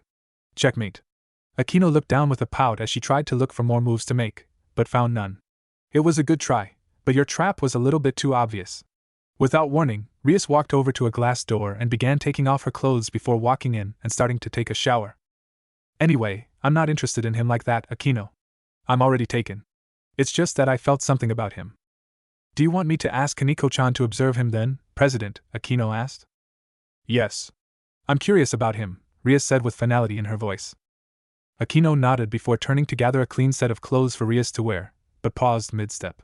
When are we finally going to meet Naruto-kun and his peerage, President? Soon enough, though there is one thing I'm worried about when we do meet. Akino took the clothes as Rias exited the shower. What's that? Naruto's power, Rias stated simply. I wonder how Kaneko will take it when she finds out. Akino winced. She remembered how they first met Kaneko. Her sister, Kuroka, had become incredibly strong and was practically a master of senjutsu and yujitsu. Some people even said she was stronger than her master, a powerful devil in his own right. One day, Kuroka killed her master and was labeled as a SS-class stray devil for her crime. Fearing Kaneko would do the same, they were about to execute her until Rias made her Rook and took responsibility for whatever would happen. Since then, Kaneko was afraid to use senjutsu in fear of hurting those close to her, so she shut herself off from expressing herself on the outside. To find out that someone may have had the power to prevent that incident from happening. It would destroy any trust she may have had in Naruto and build a large wall between them. I see what you mean, Akino said sadly. Rias nodded as she finished putting on the last touches. For now, I'm just happy knowing Naruto's been doing well and that his peerage is steadily growing. Akino looked at Rias, confused about what she was talking about. That Sakura Haruno girl. I can tell already he wants to make her a member of his peerage, but there is something keeping him from doing so. As Akino nodded, she looked out the window and spotted Naruto walking to his next class with an extremely clingy redhead hanging onto his arm. President? Does Naruto know any other girls with red hair other than yourself? Rias nodded. Well, I think she's hanging onto him on their way to class right now. Almost in a flash of crimson, Rias was at the window and looked down at Naruto and the girl hanging all over him. Her hand quickly became covered in a red and black aura and her eye began to twitch. Karen, she growled. I can't believe she would still be all over him in a public area, no less. Does she not care about his reputation in school? For a brief instant, Rias and Akino could have sworn they saw Karen looking their way with a smirk and a faint black spark ignited from her hand. That bitch even has the gall to taunt us, Rias cried indignantly. President, Akino stated. You're about to destroy the window with your power. Rias took notice and began to control the power until it faded from view, but that didn't mean she controlled her temper. She would get her revenge against that woman if it was the last thing she did. Meanwhile, classes were finally over and Issei Hayato was standing on the bridge alone. The sun was beginning to set, and the sky turned a brilliant shade of orange-yellow. Excuse me, called a female voice from across the bridge. Issei looked over and his heart began to sink into his stomach. This girl was probably one of the most beautiful girls he'd ever seen. Her long black hair and soothing violet eyes made him think of her looks as exotic. The odd thing was that she wore a uniform from a school he didn't know. I'm sorry, but are you Issei Hayato? Issei nodded hesitantly. He'd never been approached by such a bombshell of a girl in his entire, pathetic life, but now here one was actually talking to him. I was wondering, that is, if you don't have any plans. The way she blushed seemed to light up Issei's world. Would you please go out with me? If Issei was stunned a pretty girl was talking to him, he was now in a warning, hot chick asked me out coma. Sadly, he didn't think anything was odd. OMG. How stupid can one person be? So he did what any normal person would do when asked out by a smoking hot, totally gonna kill him painfully, chick asked them out. He nodded dumbly and said, sure. I'd love to. The girl giggled, only making his ability to resist her even more difficult. Thanks. You don't know how much this means to me. I'll see you later, okay? He nodded dumbly as she kissed him on the cheek before taking off with a wave. As he went home, hopping, skipping, and jumping for joy, he didn't notice a pink-haired girl being asked out by a blonde-haired girl dressed in the same uniform as the girl who asked him out. So, Sakura-chan, the blonde-haired girl with shimmering blue eyes said, a massive blush appearing on her face. I enjoyed our date tonight. I especially love this purple scrunchie you bought me. Sakura Haruno blushed as her girlfriend, Ino Yamanaka from Tokyo Academy, gave nothing but praise to her for their wonderful date earlier. I didn't do everything, Ino-chan, Sakura said meekly. You should really meet Naruto, my friend. He gave me those reservations for that restaurant and the tickets for the movie. Ino smiled widely. This Naruto guy sounds like a really cool person. I wouldn't mind meeting him, if you wouldn't mind introducing us? We can even do it tomorrow before we go out on another date. Sakura nodded eagerly. I know he'd love to meet you. I'll see if you can come over tomorrow afternoon to hang out in the club room. I want Naruto to meet my girlfriend. Sakura blushed heavily, matching her hair color with ease. I still can't believe this is happening to me. I actually have a girlfriend and a lot of good friends, and it's only been a month since school started. It seems so surreal. Ino sauntered over to Sakura and wrapped her arms around the petite girl's waist, pressing her bust into Sakura's own developing bust. How's this for surreal, Sakura-chan? She whispered before planting a light kiss on the pinkhead's lips. There was no resistance as the peck turned into a fairly heavy makeout session. Almost 15 minutes later, the two separated from one another before Ino said she had to go home before her parents started to worry. Sakura nodded before she began to dance her way to the small apartment she lived alone in. As she slept, dreams of better days in her future ran rampant through her mind as she only hoped that tomorrow would be better still. Chapter 6. 2 Resurrections, 1 Night. Welcome to Devils Anonymous. It was now the morning after, and Issei did something that stunned his two friends into absolute silence. He showed Yuma Amano to them and introduced her as his girlfriend. After some comments about being able to get a girlfriend like Yuma by not jerking off so much, he and Yuma left to enjoy the day in the presence of the other before having to go to class. At around noon, Yuma and Issei were eating lunch with one another while 2 other girls, Ino and Sakura, ran toward the otaku club. Upon knocking, the door opened and Haku, wearing her traditional French-maid outfit, greeted them warmly. "Hello, Sakura-chan," she said with a warm, refreshing smile. "What can I do for you?" Ino was stunned in silence, though for a different reason than Sakura would believe. "Is Naruto in? I wanted to invite Ino-chan, my girlfriend, to him and thank him for what he did for us last night." Haku nodded. "Of course. Let me fetch Master for you both. He'll be here shortly." Haku twirled around and proceeded to walk toward Naruto's room. Ino looked at Sakura oddly, quirking an eyebrow at the odd behavior. "Master?" Sakura just giggled. Well, Haku's a bit of a masochist and often refers to Naruto as Master or sometimes my lord, though that last one is rare and I've only ever heard her call him that once since I've known the club members. There's also a sadomasochist, Karen, who calls him Master, but she's usually trying to have sex with him, Sakura said as though it were an everyday occurrence, while Ino had a different feeling as to why 2 of the club members called him Master even now. She was fighting her instincts to run from the massive amount of energy condensed in the room. "I can't believe it," Ino shouted to herself mentally. "Sakura-chan is friends with devils. Our mortal enemies." For Ino, it was a hard choice. Either excuse herself from Sakura's presence and leave to inform her superiors, or stay here and hope that the devils who resided here didn't find out she was a fallen angel. Her girlfriend and someone she cared for, or survival. Girlfriend. Survival. She hoped following her heart didn't bite her in the ass later on down the line. It didn't take long for Haku to come back down, following a young boy with short, spiky blonde hair and deep blue eyes. He wore the traditional Kuo Academy uniform with black dress shoes. There wasn't a moment after seeing Ino that his body reacted to her presence. Sakura ran through the door and wrapped Naruto in a friendly hug before kissing his cheek and thanking him for all of his support before dragging him over to Ino, who was nervously sweating. "Naruto-kun," she said kindly. "This is Ino-chan, my girlfriend." "Ino-chan. This is Naruto-kun, the president of this club and the person who gave me the confidence to go out with you last night." Naruto extended his hand to Ino, who hesitantly took it. "So you're the young woman who my dear friend is so easily flustered simply by mentioning in passing. It's a pleasure to meet you finally. I've been asking Sakura to bring you over before your big date, but alas, she thought I would try to steal you from her." Sakura and Ino both blushed, though only Sakura hit Naruto in the arm jokingly. "I did not. I just didn't want you and the rest of the club to scare her off." Naruto chuckled lightly before looking up at the clock hanging over the mantel. "Sakura-chan, I believe you're about to be late to your 5th period science class. Better hurry. Don't want you to get detention now, do we?" Sakura bowed her head to him and rushed out the room, leaving Ino and Naruto alone. "Well, I've got classes to attend to at Tokyo Academy, so I'll just—" "Please, Ino-chan," Naruto said gently. "I know you're a fallen angel and I know you know I'm a devil, but there's no need for us to be enemies."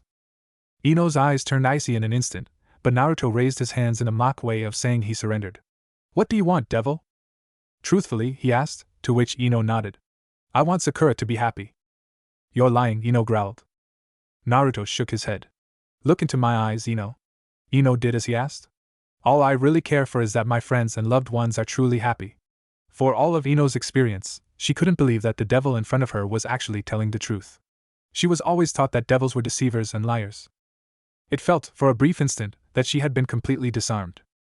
"I value Sakura's happiness, as well as the happiness of all of the members of my peerage, above my own. When we first met, Sakura was so sad. People who never got to know her taunted her and bullied her emotionally. It was sickening. It took a while, but the 2 of us became friends and I invited her to my club to meet the members of my peerage. Very quickly, she became friends with all of the girls here. They care for her happiness and safety just as much, if not more so, than I do." Ino looked dumbfounded. "Why are you telling me all this?" Naruto chuckled dryly. "Maybe it's because I trust you. Maybe it's because I can see the lengths you would be willing to go through to keep her safe. It doesn't matter. What does matter is that you and Sakura-chan are dating. That she likes you, maybe even loves you, and I can't bear the thought of ripping that away from her just because fallen angels and devils have never gotten along." "So you're just going to let me keep dating Sakura even though I'm a fallen angel?" she asked suspiciously. Truth be told, yeah. Sakura's a nice girl who puts everything she has into something she's interested in. I'm sure you've noticed as you were practically playing tonsil hockey last night, he said with a knowing smirk. Ino had the decency to blush at the accusation. As long as you keep her safe and happy, we'll never have bad blood between us, okay? Ino nodded. Thanks, Naruto-san, she said. You know, this is my first time meeting a devil, I mean. You're really different than what I was trained to expect from your kind. And I can't say I've ever had the pleasure of meeting such a beautiful fallen angel when I was told they look like ugly crows growing up. I'm glad to say that neither of our preconceptions of the other are no longer valid. Ino's blush grew deeper than she thought possible. Are you sure you're not trying to steal me from Sakura-chan? Because it might be working, Ino joked before sharing a bout of laughter with Naruto and Haku. Take care of Sakura-chan for us, will you? And if she ever decides on joining the club, you have exclusive following rights to join as well. The Uzumaki name may not hold as much clout as it used to, but it would be enough to protect you should you need it. Ino bowed politely. Thank you. I'm happy Sakura-chan introduced us, and I'm happier to call you friend, Naruto-kun. Naruto nodded, but waved off the formality. Before you leave, if something should ever happen to Sakura, I placed one of my flyers in her backpack without her notice. Do not hesitate to use it when or if something happens. Ino nodded before sprinting back to Tokyo Academy to start her first set of classes at third period. As soon as class ended, Sakura and Ino met one another at the bridge and spent the entire day hanging out all over town. They hit up the arcade, lingerie stores, the movies.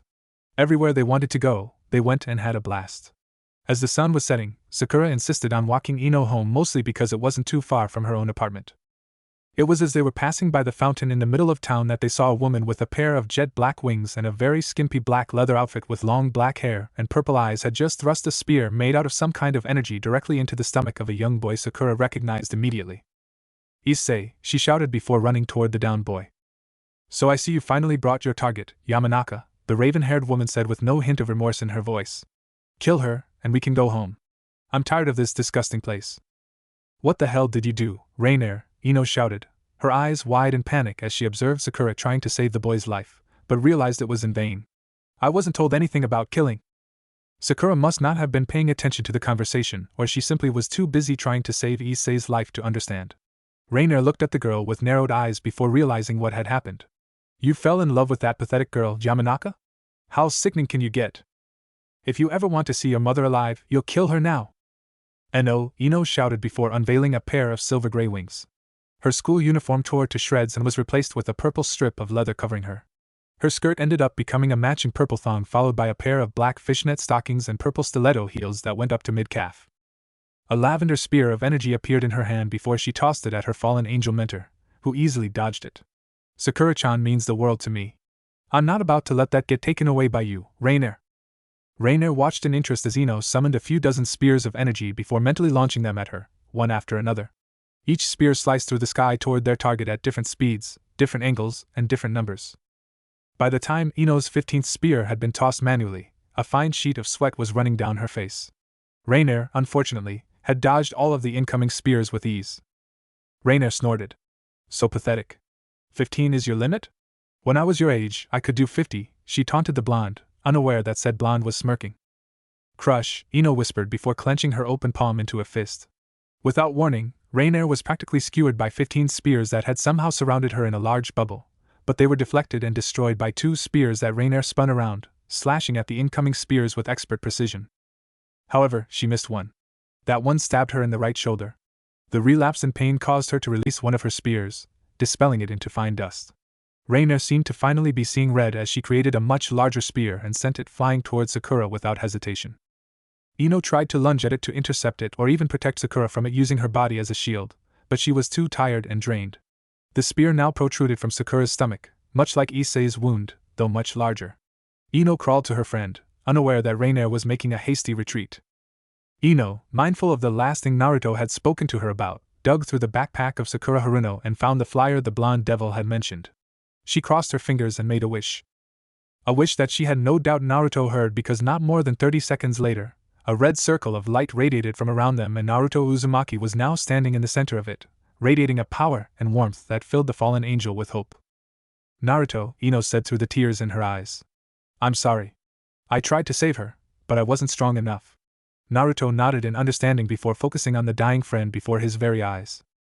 I know I said I'd allow you to make the choice to join my club, Sakura-chan, he said solemnly. Sadly, that choice has already been made for you. Naruto fished in his pockets and pulled out a red rook. Rise, Sakura Haruno. From this point forward, you are going to be my servant until I release you from this contract. With that, the rook floated down and melded into Sakura's body. Her wound healed on its own as if she never suffered a fatal wound. Sakura's B-cup bust seemed to expand into the mid-C-cup range. Her body grew taller and her body structure seemed to extend itself to accommodate the increase in power, endurance, and strength that came with becoming a devil. Ino looked on and wrapped her arms around Sakura's unconscious body as tears of joy flooded down her cheeks. Thank you, Ino whispered to her girlfriend's savior. Naruto nodded. Take her to her apartment, Ino. I'm sure you know where it is by now. When she wakes up, tell her to meet us at the club immediately tomorrow morning. I'll have the principal excuse her from all classes today due to sudden illness. If she asks about tonight, tell her that we'll discuss it tomorrow when she gets to the club. Okay? Ino nodded and took off flying into the night sky. Naruto waited until a red circle appeared behind him and turned around, knowing who it was coming to Issei's rescue. It didn't take long for Rias Gremory to arrive on the scene and revive Issei with all 8 of her pawns, though 4 of them were glowing oddly. Hello, Rias-chan, Naruto said, startling the girl and causing her to spin around to gaze into the face of her best friend. It's been a while since we last spoke. Rias blushed a bright crimson, though it wasn't visible in the dead of night. Too long, Naruto-kun. Rias rushed him and wrapped him in a hug, unaware that her now fully developed breasts were causing Naruto to blush like a kid who kissed someone for the first time. Stepping away from Naruto, Rias could easily see just how much he'd grown since she last saw him. He stood at around 5 feet 11 inches tall and lost a good portion of his baby fat, giving him an incredibly lean body frame. Naruto already knew what was different about his best friend without having to look too hard at her. It was plain to see how Rias had developed from the flat-chested girl with slightly chubby cheeks to a supermodel with a bust to match, or even rival Karen's own. So, Rias-chan, Naruto said, trying to get rid of the awkward silence between them. How have your studies been going these past 6 years? Rias nodded. Pretty well.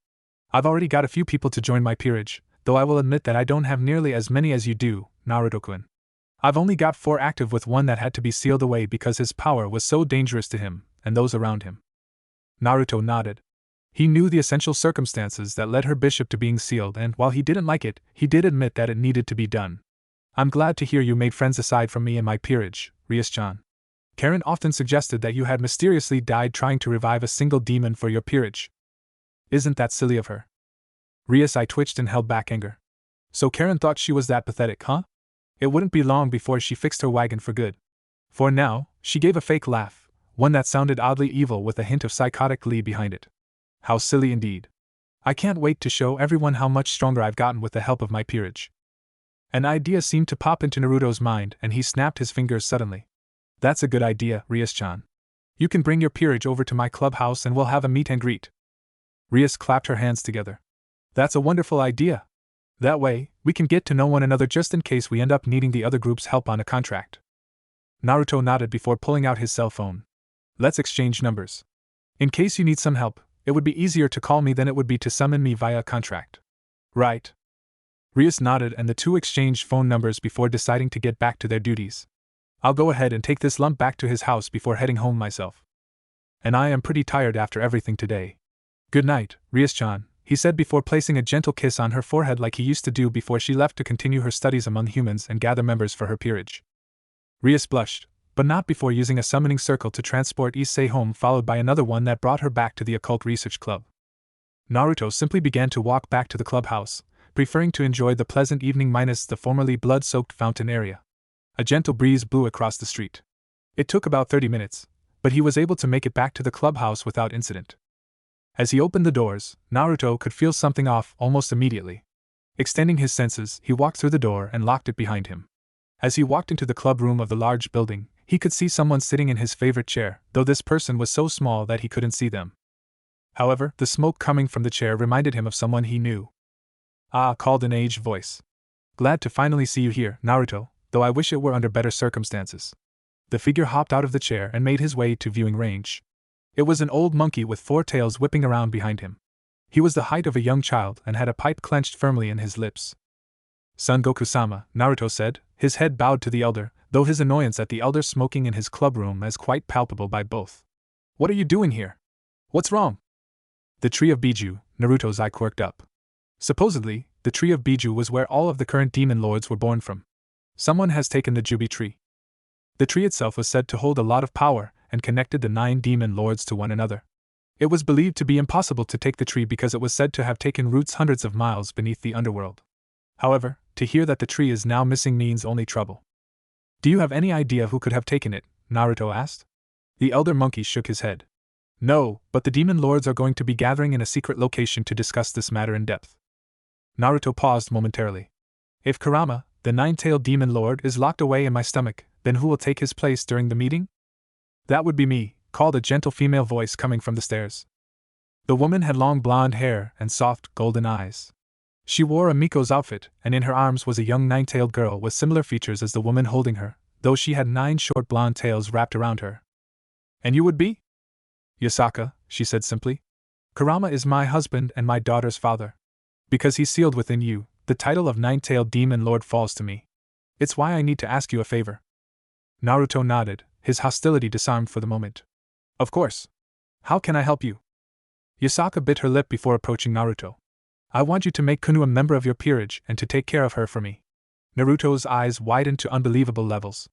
I understand that this is a lot to ask of you, but as the leader of Yukai in Kyoto, if I were to ever go missing, the duties would fall to Kunou. I would never ask you to do this if it weren't important, but Kunou is much too young to lead Kyoto's Yukai. Maybe with some experience under a proper leader, and with a good teacher, she can become one. Naruto looked down and took the young 9-tailed fox kit in his arms before brushing his hand against her soft, golden hair with a soft smile. He nodded before pulling out a rook and placing it against the young girl's forehead. This is a contract between the two of us, Kunou-chan. I'll do everything in my power to help you become the leader of Yukai you were meant to become. This is our contract, which I will release you from once the terms and conditions have been fulfilled. May you find happiness under my care and as my precious rook. The red rook melded with the girl's body, and the contract was sealed. Thank you, Yakuza said. Keep her safe. Naruto nodded and watched as the two left the clubhouse before disappearing into the night. Naruto looked down at the sleeping girl before sighing to himself. What did he do to deserve this? Chapter 7, Educating New Devils, Introduction to the World of Devils. The morning couldn't have come soon enough. As the girls of Naruto's peerage approached the clubhouse, they noticed Ino and Sakura were both standing at the door, waiting for one of them to unlock the front door. Hinata approached with the keys, but it wasn't necessary. The door opened wide, revealing a little blonde-haired, golden-eyed girl wearing a Miko outfit with 9 blonde tails behind her sitting on Naruto's shoulder. The girls all eyed Naruto cautiously. Naruto chuckled to himself. Hey girls. Sorry about this, but I'll explain Kunoheim's presence after we get this meeting started. Just take a seat while I make some tea. Okay? The girls all nodded and took their seats wherever they were comfortable. Ino and Sakura were sitting on the love seat together, though Sakura looked worse for the wear. Ino's hand on the young pinkhead seemed to soothe her frazzled nerves.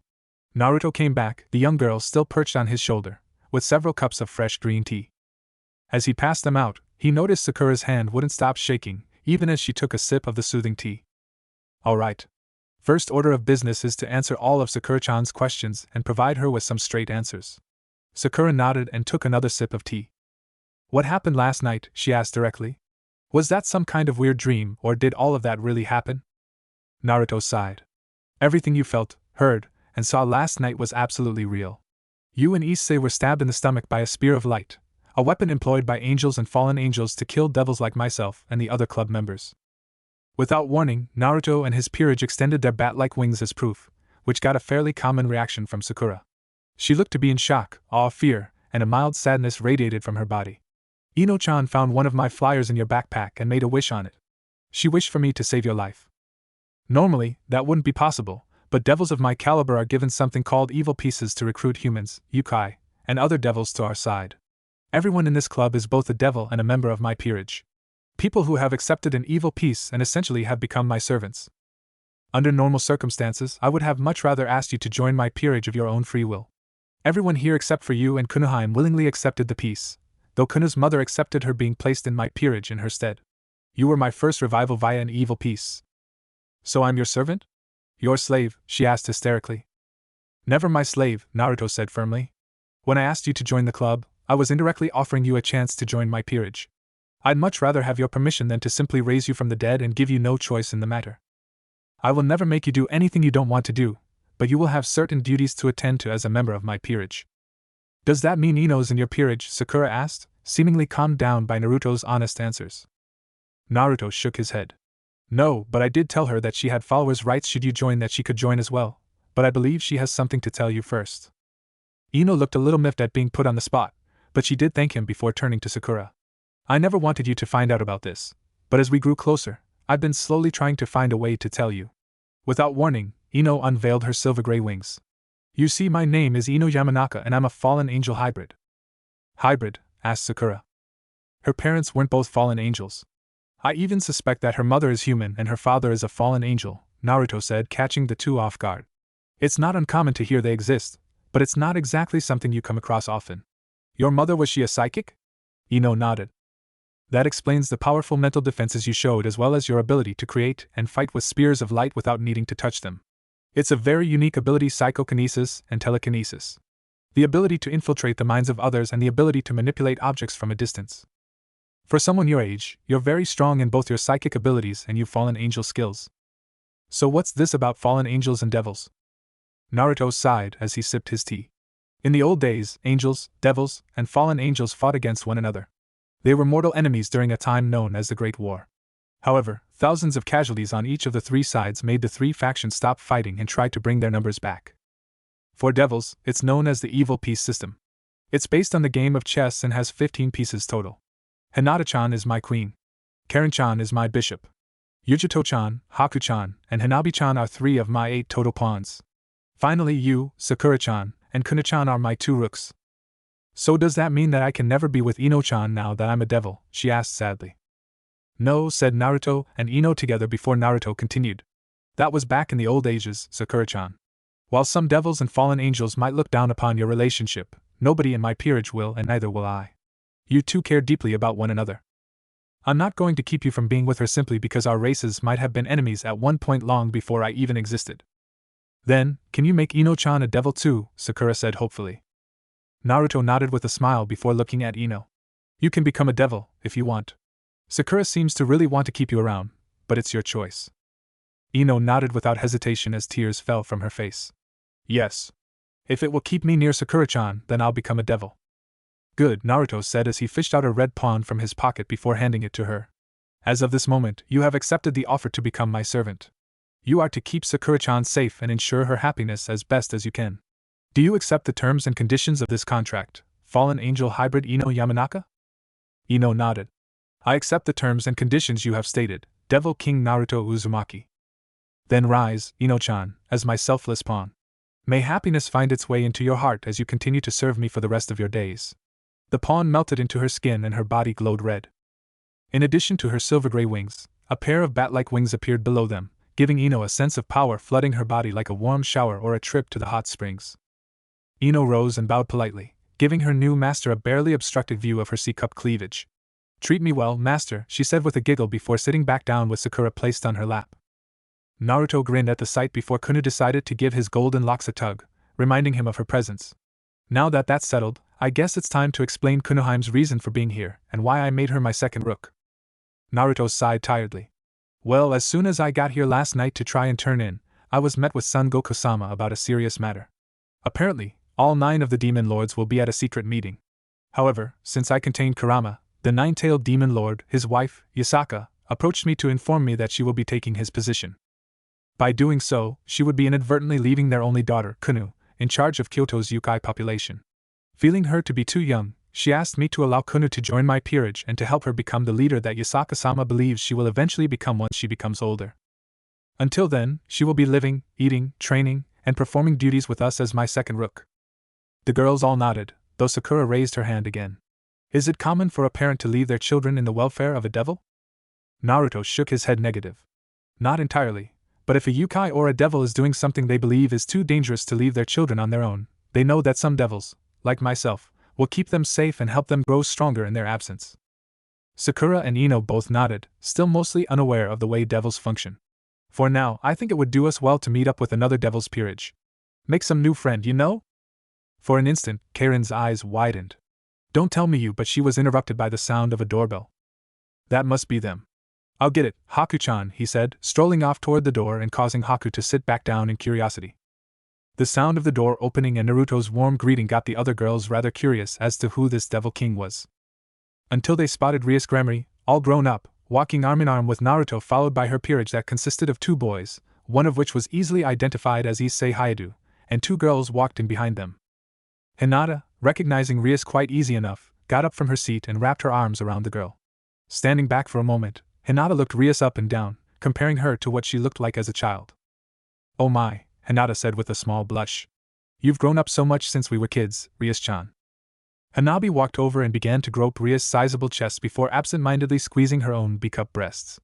A tiny cloud formed above Hanabi's head as she walked to a corner and began to mope about Rias having big while she was stuck looking like a loli. So unfair. Rias simply giggled before pressing her bust into Naruto's arm until Karen began floating toward her before inspecting her, much like Hinata had earlier. "Looks like you've finally grown a pair, Miss Mosquito Tits," growled Karen as black sparks ignited over her hands. Rias growled as a black fire-like aura appeared around her own hands. "And you still have the brain the size of a peanut, you big-breasted whore." Naruto began to stifle a chuckle before just bursting out laughing so hard he fell to the ground as tears fell from his eyes. Everyone except for Hinata, Haku, Hanabi, and Yugito looked at him like he was insane, though that was mostly because Karen was glaring at Rias at the moment. "Just like when we were kids," he said as he wiped a tear from his eye and got back to his feet. "You two will never change." Issei approached him momentarily. "Why aren't you trying to break them up? They could destroy your clubhouse if they aren't stopped soon." Naruto grinned as he pointed to a glowing blue seal beneath the 2. Without warning, the 2 arguing girls were encased in a glacier. "I've known Rias and Karen for ages growing up. They'd always fight like that until Hinata-chan or Haku-chan would keep them from doing anything worse than glaring at each other. I'm actually happy they haven't changed much." Deep down inside, they acknowledged the other as their greatest rival. By acknowledging one another, they forced themselves to grow stronger so as not to be left behind by the other. Hinata and Naruto's peerage sweat dropped, knowing that they were only fighting one another for his heart. "Now, how about we allow Karen-chan and Rias-chan to defrost before we introduce ourselves to one another," Naruto said with a warm smile. "Haku-chan, can you go get our guests some snack and tea for me?" Haku bowed, wearing her French-maid outfit, flashing her C-cup bust to her master and guests. "Right away, master," she said with a warm smile before gliding across the room to the kitchen. "Does she do that on purpose or do you make her call you master?" Issei asked again, hoping for some kind of help when he became a harem king. Naruto felt his head grow heavy as he released yet another sigh. "She does it on her own. Karen-chan does it too, but the feeling behind it is different between the 2.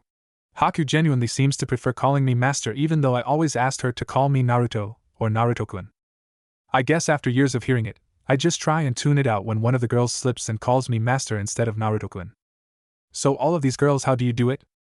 "Do what?" Naruto asked in a genuine confused manner. "Get all of these smoking hot girls to join your peerage," Issei finally said with a hint of jealousy in his voice. "I've been friends with Hinata-chan, Hanabi-chan, Karen-chan, Haku-chan, and Yugito-chan for ages. Sakura-chan, Ino-chan, and Kunou-chan all joined recently."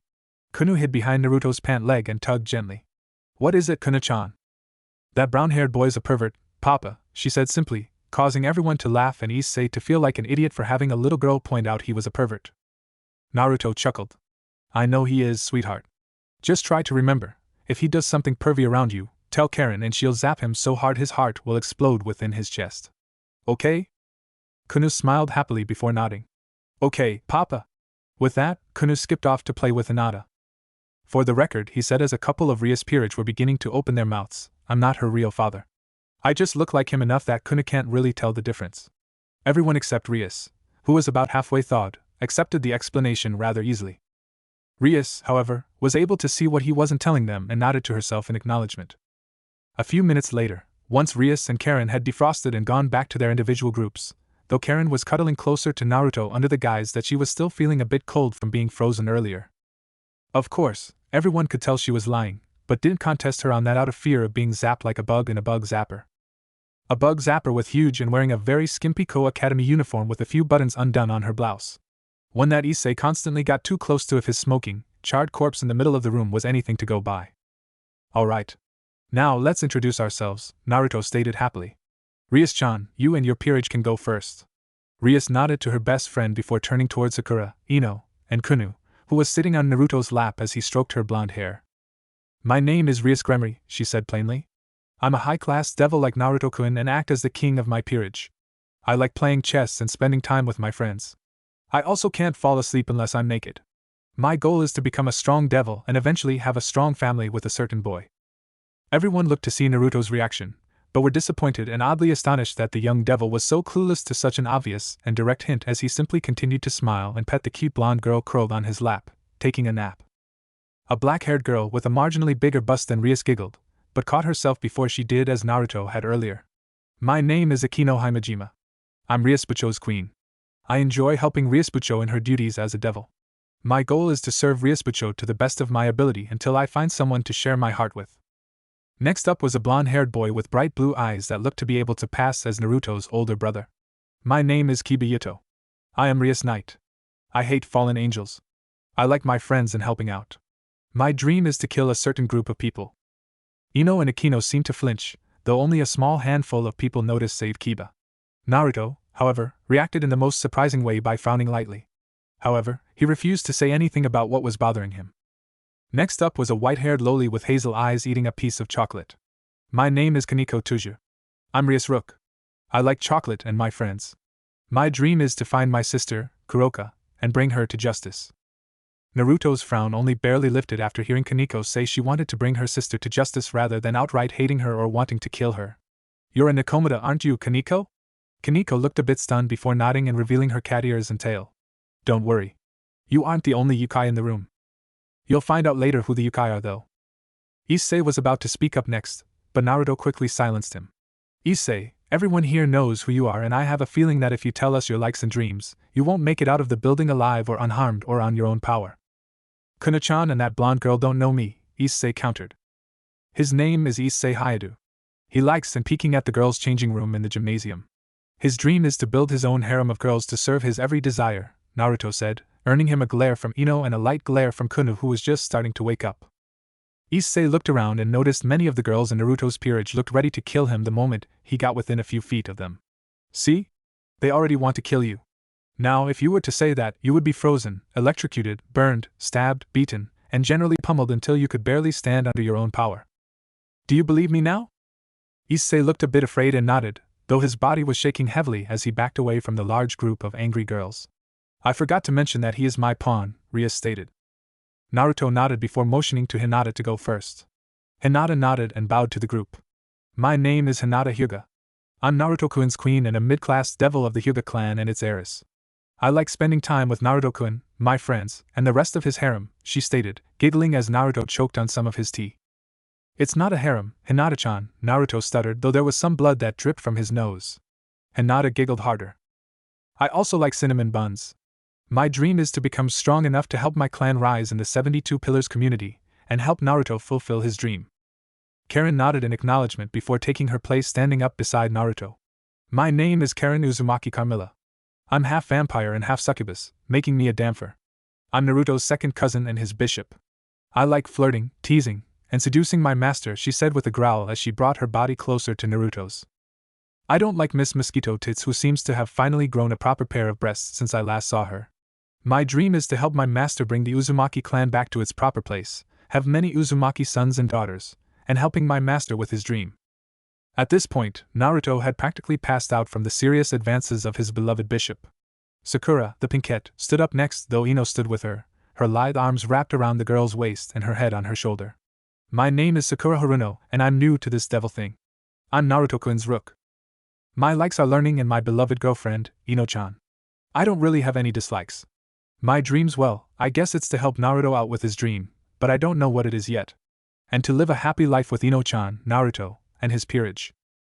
Issei was on the ground with a massive nosebleed from having perverted thoughts of the lesbian couple running through his head.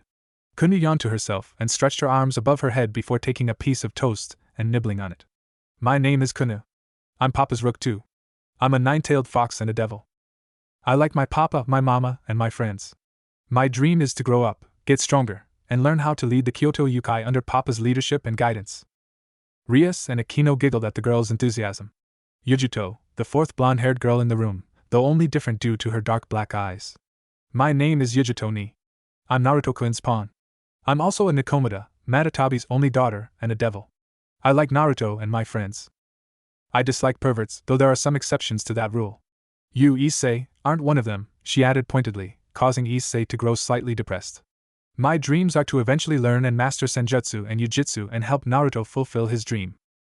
For a brief instant, Kaneko looked at Yugito in fear, hearing how she wanted to learn and master such a horrible, in her mind, art. The events that led to her sister's exile still felt quite fresh. Sakura raised her hand. Naruto, what are senjutsu and yujitsu? Senjutsu is an art that allows yokai, like Kunou, Yugito, and Kaneko, to enhance their bodies using the natural energy of the planet by drawing it into their bodies. However, senjutsu is a very dangerous art that, while it increases your overall power and abilities by 100-fold, it also forces you to experience all of the hatred the world has built up. It's incredibly difficult to learn unless you have someone who has mastered it to help you along. Yujitsu are demonic spells and skills that are practiced by certain yokai. For instance, as Matatabi-sama's daughter, one yujitsu skill allows Yugito to enhance her blows with a blue, ghostly fire. With further training, she could even use that blue fire to project as a powerful attack or enhance it to the point that nothing it touches will ever pass through it. Then who is Matatabi-sama? She asked as a follow-up. Naruto smiled at the girl's inquisitive nature. Matatabi is known as the two-tailed Hellfire Cat and one of the 9 demon lords of the underworld. She is on par with an ultimate-class devil and could possibly, if it ever came down to it, defeat Seraphal Leviathan, one of the 4 great Satans, in a battle, though she wouldn't come out uninjured. While strong by most devil standards, Seraphal Leviathan is supposedly the weakest of the 4 great Satans. Sakura nodded to herself before sitting down on Ino's lap. Haku rose next and bowed to their visitors, something that Issei took advantage of by staring deep into her dress at her breasts until he was almost skewered by a rogue eye cycle. My name is Haku Citri. I'm Master Naruto's pawn and self-appointed maid. I'm a mid-class devil of the Citri clan and the youngest of 3 sisters, Sonia Citri, our student council president, and Seraphal Leviathan, one of the 4 great Satans. My likes are my master, pleasing my master, helping my master, and ensuring that my master is well taken care of. My dream is to eventually marry my master, give birth to a few children of my own, and ensure my master's dream becomes a reality. At this kind of introduction, everyone saw Naruto's head fall repeatedly as though he was banging his head against a wall or an invisible table. Even more blood seemed to be trickling down Naruto's nose as he continued to do this. Eventually, Haku sat down and Hanabi stood up. I'm Hanabi Hyuga, Hinata's twin sister, she said firmly. I like spending time with my sister and the rest of Naruto's peerage, and I hate how much of a whore Karen acts like when Naruto's anywhere in a 5-mile radius of her. Karen snorted indignantly as she muttered something about wanting to consummate her relationship with her true love. My dream is to get married, have kids, and help Naruto with his dream. Last up was the 3rd blonde-haired, blue-eyed person in the room, though this one was a female. My name is Ino Yamanaka. I'm Naruto's pawn and also a fallen angel hybrid. My father is a fallen angel and my mother is a powerful psychic. I like spending time with Sakura-chan and learning all I can about devils, yokai, and other things that my teachers may have lied to me about during my training. My goal is to grow old with Sakura-chan as my wife, to get to know Naruto-kun and his peerage better, and to eventually help Naruto with his dreams. That's it for my peerage, Naruto said, standing up while Kunou climbed up to her perch on his shoulder. I suppose it's time for my introduction. My name is Naruto Uzumaki. I'm a pure-blood devil of the Uzumaki clan. I am also the last of my clan, designating me as its heir and the clan head. My clan's power is known as the power to subjugate hatred. While not a combat-oriented power like Rias' power of destruction, my power has its uses. It was first used by Mito Uzumaki in combination with her husband's ability to create trees from nothing to subjugate Kurama, the 9-tailed fox and the strongest demon lord to ever exist. He is also Kunou's father. He was sealed within Mito Uzumaki with the hopes that she would continuously subjugate the hatred within him from his failed attempt at learning and mastering senjutsu. Sadly, that didn't happen. By the time she was on her deathbed, she had to choose another Uzumaki to contain Kurama and hopefully subjugate his built-up hatred. This new Uzumaki was my mother, Kushina, a woman heralded as the strongest female devil in the underworld and candidate for Satan Red, the strongest member of the 4 great Satans. Sadly, as she was giving birth to me, someone came in and forcefully unsealed Kurama from her body. Because Kushina and Mito had slowly whittled away at Kurama's hatred, he was significantly weaker than he would have been. My parents were forced to use me, the last of our clan with the power to subjugate hatred flowing through my veins, as Kurama's guardian and to drain it of all of the hatred built up within its body until he was able to return to the underworld with his mind free of all of the hatred his senjutsu practice had built up. Kunou sniffled hearing the story and hugged Naruto's head. For now, my goal in life is simple. To get rid of the rest of Kurama's hatred and free him to finally be with his family again. My dream once that's finished is to get married, rebuild the Uzumaki clan, and become one of the 4 great Satans so that I can bring peace to the underworld. Kaneko's fist tightened before she charged Naruto and punched him in the face, though instead of sending him flying, his head simply turned violently to the side. Kaniko's eyes were filled with tears and she ran away from the room. Naruto's eyes were wide at first, but softened considerably. Rias bit her lip and bowed to Naruto apologetically. "I'm sorry, Naruto-kun," she said. "I'll bring her back to apologize later. There was no sense in her striking you." Naruto chuckled and waved it off. "Don't worry. I've been seeing cues as to what her problem is. I probably shouldn't have said as much as I did about my power." Everyone's eyes widened. She first reacted shocked when I asked if she was a Nikomata. Nikomata have a powerful connection with senjutsu. The second was when I recalled her dream a moment ago. Her sister must have practiced senjutsu, and she hurt someone in her rage. The third was when Yugito commented on her dream of learning and mastering senjutsu and yujitsu. She became afraid of what would happen, meaning she'd seen or heard of the results firsthand. If I had known back when her sister used senjutsu, I would have tried to fix it, but she had no knowledge of that. She only knows that I have a power to almost subjugate someone under senjutsu-induced madness, and that I did nothing to stop it. If I were her, I probably would have done the same thing. In fact, I'd have been incredibly upset if she didn't lash out. It would mean she was bottling up her anger. Never a good thing. It's better just to let it out at once, doing something constructive like writing or drawing or training on some poor, hapless sap who is practically nothing more than a living, breathing training dummy. At this point, Issei felt like he wanted to disappear, knowing that comment was pointed solely at him. "So you're just going to let her get away with hitting you?" called Akino. Naruto nodded. "Yep. Pretty much." "You're not going to chase her down, chastise her, or try to talk some sense into her?" asked Kiba. "Nope." "Why?" asked Issei, sure that he asked the question on everyone's minds. "Because of my power," Naruto said simply. "My clan, the Uzumaki clan, has the power to subjugate hatred, as I've no doubt you remember. We also have the ability to absorb any hatred directed at others onto ourselves. It's what makes our clan so durable. Whether it be physical or emotional, we've been able to endure all kinds of hatred and animosity directed at us by others. It's how we've made so many friends over the years. Truth be told, Yugito actually tried to kill me the first time we met, thinking I was just another devil out to ask her mother to join my peerage. That was when I was 5. Well, after a year of being spiteful at me, she finally asked me why I still played with her even after all she'd done to me. That was my answer. Because I knew I could take it." Yugito looked mildly abashed at his choice of story to explain how his power worked, but it served its purpose. "So you're just going to wait it out?" Akino asked, though it sounded more like a statement. "You'll just wait it out until she decides to get over it? You may be waiting a long time before that happens." Naruto nodded. "That's sometimes the best way. Let her hate me. Abhor my existence. Get in a couple of shots. Let her wear herself out until she gets so tired that she's willing to listen." Naruto chuckled to himself quite loudly. "Either that or hunt down her sister, tie her up, and bring her to Kaniko for interrogation, though I doubt I could survive going head-to-head against someone of Kuroka's caliber just yet.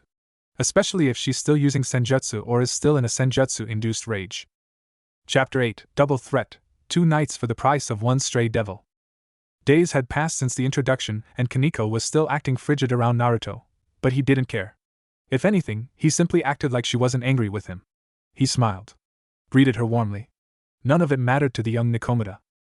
In spite of it all, Naruto had yet to complain about her treatment of him, so Rias didn't say anything or do anything to punish the girl for what Naruto deemed to be nothing. Naruto proceeded to explain to his 3 new devils how the system worked and how newly turned devils could grow stronger by passing out flyers and granting contractors their wish. For the first few times Kunou went out on contracts, either he or Hinata joined her to make sure the client wasn't taking advantage of her youth and innocence to pull one over on her. Thankfully, many of her contractors were mothers who wanted someone to play with their children, so they allowed her to steadily do a contract or 2 per day on her own and always went on one with her provided the contractor's request was too difficult for her to handle on her own, such as reaching a high shelf for an elderly person or other similar requests. The young Devil King wasn't surprised that Ino and Sakura were growing stronger as the contracts were fulfilled rather quickly. Kunou wasn't too far behind them either, considering just how young she truly was for a 9-tailed fox yokai, considering the oldest one on record was Kurama, who had been alive since Adam and Eve roamed the world. It didn't take long for the trio to want to start training in their devil powers, though Sakura and Kunou were a bit disappointed to find out that their Rook powers only enhanced their physical strength and defense, though Naruto did say that they could, with proper training, learn to perform magic similar to bishops and queens, but would never truly be better at it than the 2 royal pieces, much like how knights would never be as powerful as rooks and queens in terms of raw strength and endurance. This didn't dampen their desire to learn magic, however, as proven when Kunou used her Yujitsu ability to create a powerful white flame known as Fox Fire.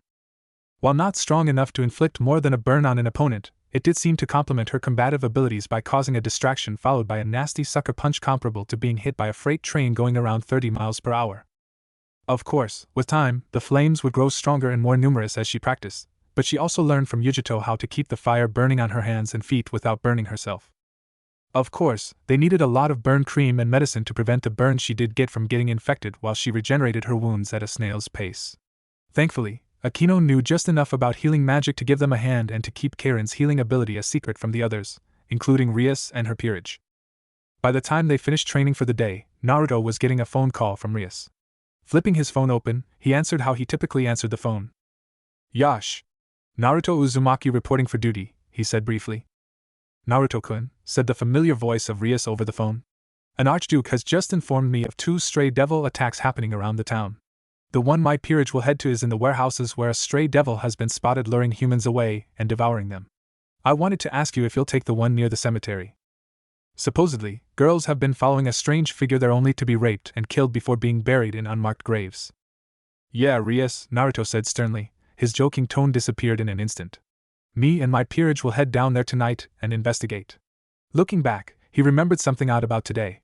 Now that you mentioned it, Kates and Murayama haven't been to school all day. They've never missed a day of school till today. It isn't like them. "We'll look for them at the warehouse," Rias said. "Hopefully, they were just sick, but if one of the strays has them, we'll save them," Naruto responded. "Watch out for one another and stay safe, Rias-chan." "You too, Naruto-kun," Rias said before the two simultaneously ended the call. "Sakura-chan, Ino-chan, Kunoheim," he said, getting the trio's attention. "I just got a call to investigate some strange disappearances around the cemetery.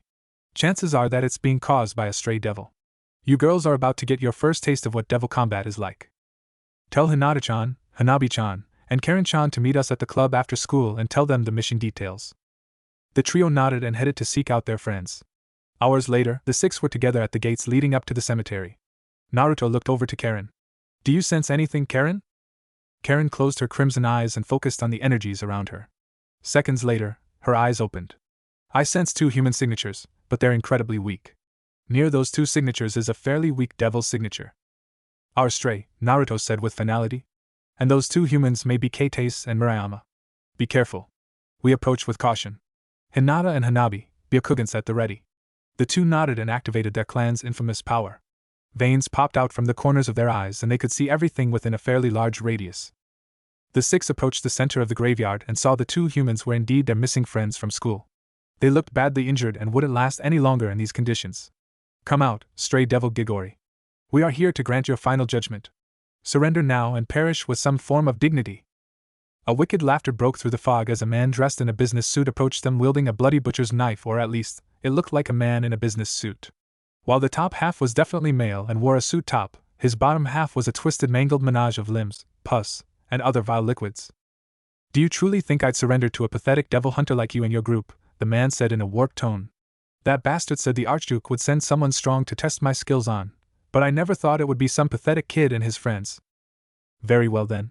By the name of Uzumaki, I shall watch as your body disappears into the empty void for devouring your master in hopes of gaining his strength as your own," he said firmly. Looking over to Ino, Sakura, and Kunou, he pointed at the monstrosity before them. "I'll be explaining how devil battles work and how your role in these battles is more important than you believe they are. For now, Hanabi," he said, causing the girl to look his way. "For the next minute, I promote you to the role of knight." Immediately, Hanabi felt her speed increase by double what it usually was. "Show that monster what you're capable of." Hanabi smirked and rushed forward, her palms glowing fiercely as her body left afterimages in her wake, a testament to her speed. That is the pawn's special ability. The ability to promote to any of the royal pieces save for king. As a knight, her speed is almost unmatched. With her clan's power called the Byakugan, she can see any attack coming at her from any direction and move fast enough to avoid it with ease. Her clan also developed a special combat technique that sends energy to their palms where they target the insides of an opponent. With just a glancing touch, she can destroy his liver, puncture his lungs, destroy the muscles in his body, and even cause his heart to explode within his chest. This makes her role as knight and pawn very important.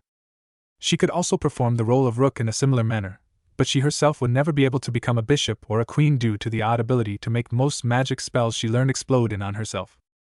As Hanabi dashed around the incoming blows coming from his large butcher knife, she slammed her glowing palms into the monster's legs, causing him to fall to the ground in pain before retreating back to Naruto's side. Karen, you're up next.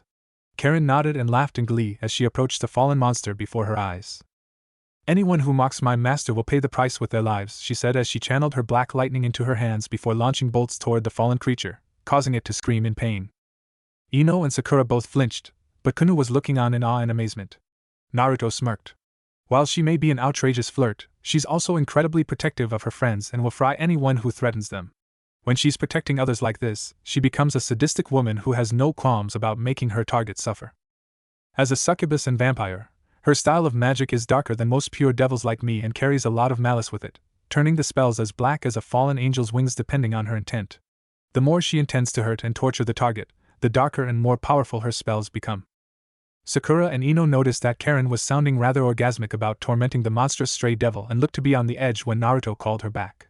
Karen floated back toward Naruto and kissed him on the cheek, though even that looked like she wanted to simply rape him here and now, witnesses or no witnesses. Hinata, as my queen, has the abilities of the Rook, Knight, and Bishop, but for this, she'll only need the powers of the Knight and Rook as you've already seen the Knight and Bishop in action. She will only use the Knight's speed to increase her mobility to land her blows more successfully. Hinata nodded at them and dashed off at a slower pace than Hanabi. Cocking her arm back, she unleashed a single blow to the monster's leg, causing it to break rather loudly and bend at an odd angle. She then moved toward the hand holding the butcher knife and landed a vicious kick that audibly broke several of the bones and cartilage in his hand, forcing him to drop his knife and allow it to clatter to the ground uselessly. With a few more well-placed blows and the sounds of bones breaking, shattering, or disintegrating entirely, the monster now laid there bloody, broken, and dying. Naruto approached Gremory with a cold look in his eyes. I hope your soul burns for all eternity in the Shinigami's stomach, he said before extending his hand to the monster and placing it on the thing's head before removing it and walking toward the cages. The monster launched itself at him, but Sakura's and Ino's cries were unwarranted as the monster seemed to evaporate before their very eyes in a giant explosion. The girls smiled, but Hinata was the first to speak. Naruto-kun has several abilities at his disposal. What you just watched was his ability to use rune magic, a very difficult and complex form of magic that only the most dedicated try to understand. However, Naruto's practically a super genius and learned the art with ease. His proficiency has reached levels that even ultimate-class devils have placed him in a category of his own. He even got the nickname Rune Caster Supreme from the four great Satans simply because of his ability to imprint runes on an opponent without a magic circle by touching a part of their body at the age of 12.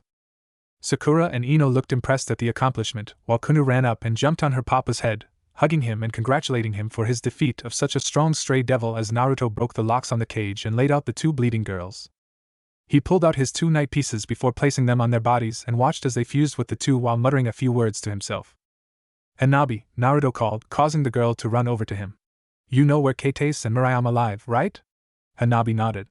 Good. Bring them home and dispose of their bloody clothes, then you can go home. I'll personally tell them what happened Monday and offer them a place in the club and my peerage.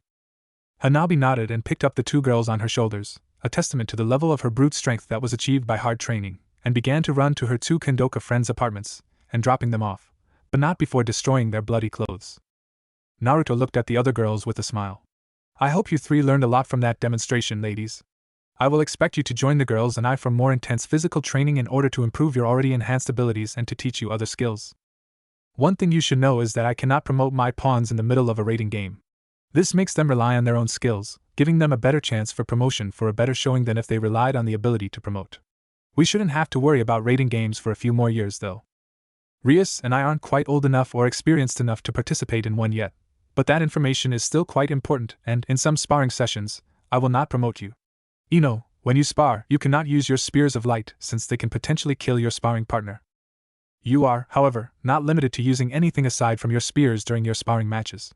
Try to develop your speed and find a weapon you're comfortable using. Maybe even more since you will be allowed to use your telekinesis against your opponent, but don't neglect training your body in the weapons used rather than rely on your psychic abilities to wield it. This may give you a better sense of how to use the weapon when you do use it in conjunction with your telekinesis. For now, I would suggest starting with knives and daggers before moving on to swords and other larger weapons. Ino nodded, a new sense of determination burning in her eyes that wanted to prove to Naruto he wasn't mistaken in making her his pawn. Sakura and Kunou had the same look, though Kunou's was a combination of the earlier and a sense of admiration at the strength her papa had shown earlier. Within moments, Naruto conjured up a transportation circle and, once everyone was within its range, moved the group back to the clubhouse with ease as they proceeded to walk home after the long day they had. The next day was Sunday. School was out and the only reason the doors were open were for the clubs that had meetings to do today. As such, Naruto and Rias believed that it would be good for their peerages to train together. So after explaining this to their individual peerages, Naruto proceeded to inform his group how they would begin training. He would be taking Sakura, Ino, and Kunou aside to get them into the beginning understanding of magic and to teach them some simple spells that would serve to help them build up their magic power. Hinata and Karen would train by throwing spells at one of the training dummies set up with several runes to enhance its durability to the point that it would be virtually impossible to destroy short of blasting it with a concentration of Rias' power of destruction. Yugito and Hanabi would practice on their speed by running around the track at full speed for as long as they could and then try to run a little farther while wearing 50-pound weights on their legs and 25-pound weights on their arms. Haku, having preferred to cast her ice magic, would train her strength while enhancing her blows with ice knuckles, ice magic's version of brass knuckles, on a second training dummy set up in a similar manner that Karen and Hinata's dummy was set up. As Sakura, Ino, and Kunou stood around Naruto, they noticed his friendly expression had come back from what they had seen last night. Now, to start off, I'm going to teach you a single spell. It's the most common spell devils learn to use from a young age, but even older, more experienced devils still use it due to its ability to increase in power. It's called the Magic Bullet. As an example, Naruto pointed his finger at a third training dummy. The girls watched as a glowing blue orb was generated at the tip of his finger and shot off toward the dummy before impacting it, creating a mild explosion. That was a sample of my abilities. Typically, it's easier to use it using one's entire hand, but if I did that, normal humans would think a terrorist was bombing the school. The girl's eyes widened, but Ino stepped up first. Let me try, Naruto-kun, she stated firmly.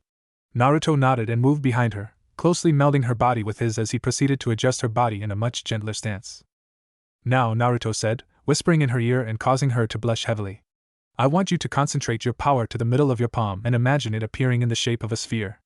It helps if you focus in the palm of your hand because it has a larger surface area. Ino nodded and focused on the energy she used to create her spears of light and moved it to the center of her palm. The energy began to glow a bright white color and tried to take the form of a spear of light, but she refused and tried to turn it into a sphere. Sweat trickled down her face as the amount of concentration it took just to perform this spell was incredibly exhausting. Naruto smiled as he watched the energy slowly take the form of a sphere until it was finally finished. Now, feel your magic and use it to project the bullet toward the target as fast as you can. It took only a few seconds for the bullet to launch toward the dummy. The resulting impact amazed the other Giris and Naruto. Where the head was supposed to be was nothing but a smoldering crater. Ino fell to the ground, gulping up air as she fought to regain her energy while Sakura and Naruto both congratulated her on the accomplishment. Congratulations, Ino-chan, Naruto said with a smile. You've made your own spell. A bullet of light. Not what I was expecting, but it was incredible to see it happen. We'll work on teaching you how to access your devil magic later, but you still did an incredible job. Take a breather and relax while I teach the others. Sakura ran up next and waited for Naruto to correct her body's stance, causing her to blush having a boy so close to her that she could feel his breath tickling her neck. It took her a bit longer to get in touch with her magic power, and was somewhat disappointed when her magic bullet looked like a marble, but Naruto simply smiled at her. I figured your magic bullet would look something like this, he said honestly. As a rook, you won't have as much magic power as a bishop or a queen, but that's only because your piece was meant to be a physical tank. I have no doubt that as you continue to train your magic, you'll be able to make one about the size of your fist. Sakura nodded and without warning, the bullet shot forward with incredible speed. As it impacted the target, Naruto's eyes were wide upon seeing a smoking hole going through the heart of the target, and several trees behind it before it simply disappeared. Sakura, Naruto said hesitantly, bringing Sakura to witness the results of her work. What happened, she asked. Naruto closed his eyes and began to focus on explaining the odd phenomenon. I believe that because you have so little magic power available, the amount of control you have over it is amazing. If you train your magic properly, your magic power will grow, though you should still have the amount of control you showed not too long ago.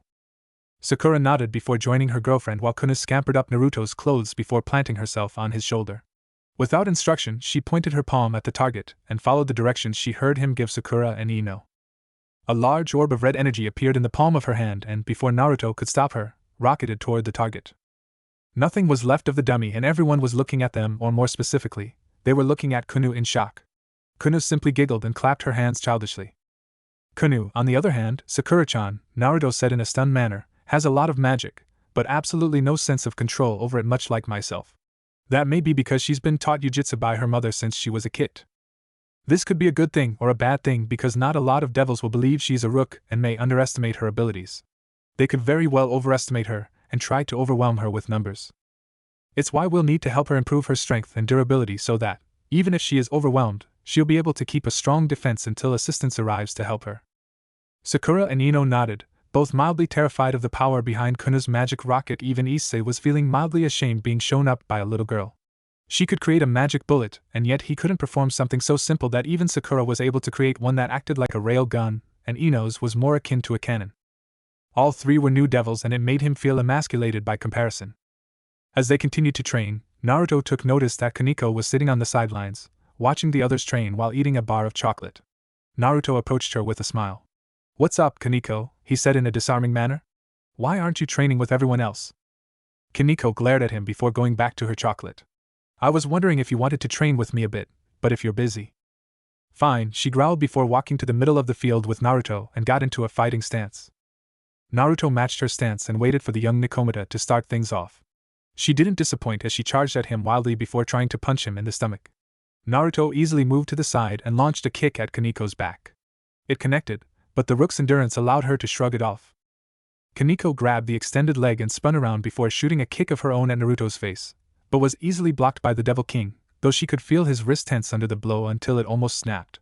Grabbing her leg, Naruto swung Kaneko around and launched her into a tree, causing her to crash and knock down the sturdy tree. By now, everyone was looking around, watching the match to see what happened. Kaneko lifted the tree with ease before cocking back for a throw.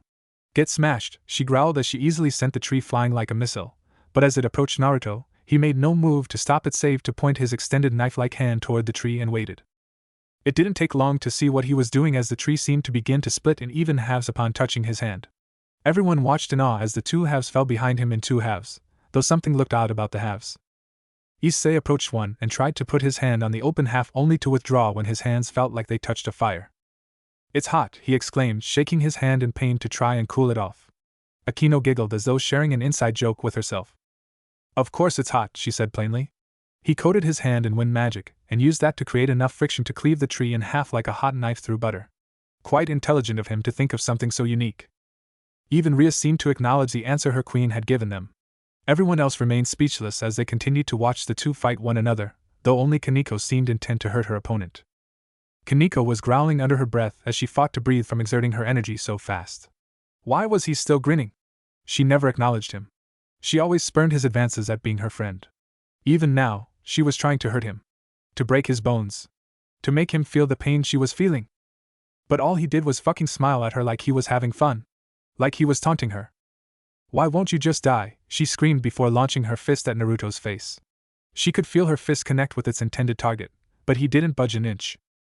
"Does it make things better?" he asked with a soft, knowing smile. "To try your hardest to make someone feel the same way you feel only to find out he only wants to make you smile?" "Shut up," she cried before launching another fist at his face. "To watch as your sister killed her master under a rage not her own. To be persecuted simply because she did something so unthinkable and out of character that they fear you would do the same to them in an instant. Just die, you bastard," she shouted again as she followed up with another strike to his face while tears flowed down her hazel eyes. "Then you found someone who cared. Someone who didn't judge you because of your sister," Naruto continued without refrain. "That's when Rias asked you to be her Rook. You were so happy that someone wanted you. That you weren't a threat to her. Just a friend. Someone who could use a friend. But your sister's betrayal left an invisible mark on your mind and heart, didn't it?" Kaneko punched Naruto in the face again, but it was softer than the last couple of times. "That's why you're afraid to learn Senjutsu. You're afraid you'll fall into the mindless rage brought on by Senjutsu's curse. To absorb the hatred of the world into your body and lose your mind to it." "Why?" she asked as tears fell from her eyes onto his shirt. "Why do you care? Why are you still so nice to me after all of the nasty things I've said to you?" Naruto smiled and ruffled the little girl's hair. "Because it's in my power to take the hate and anger from others onto myself. I was born with the endurance of a Rook, Kaneko-chan." "I'm sorry," she cried silently into his chest. "I'm sorry you had to put up with me for so long." Naruto soothingly rubbed the girl's back and let her tears stain his shirt without a care in the world. "I've been able to put up with Rias-chan and Karen-chan constant fighting when we were kids. I think I can handle whatever you can dish out." "Nisan," she whispered. "Will you be my Nisan?" Naruto smiled warmly with a nod. Of course, Amato-chan. I'll be proud to be your Nisan. Everyone around them seemed to think the scene was cute because a massive "ah" rang across the field, with some of the girls even crying at how adorable the scene was. Naruto and Kaneko just chuckled to themselves. Just another day in the life of a devil, they guessed. What if Naruto Uzumaki clan High School DxD harem? And thanks for watching my video till the end. If you enjoyed this content, then do consider subscribing to my channel, and leave a like if you guys need the next part. Comment down, and thanks for watching the video, and see you guys in the next video.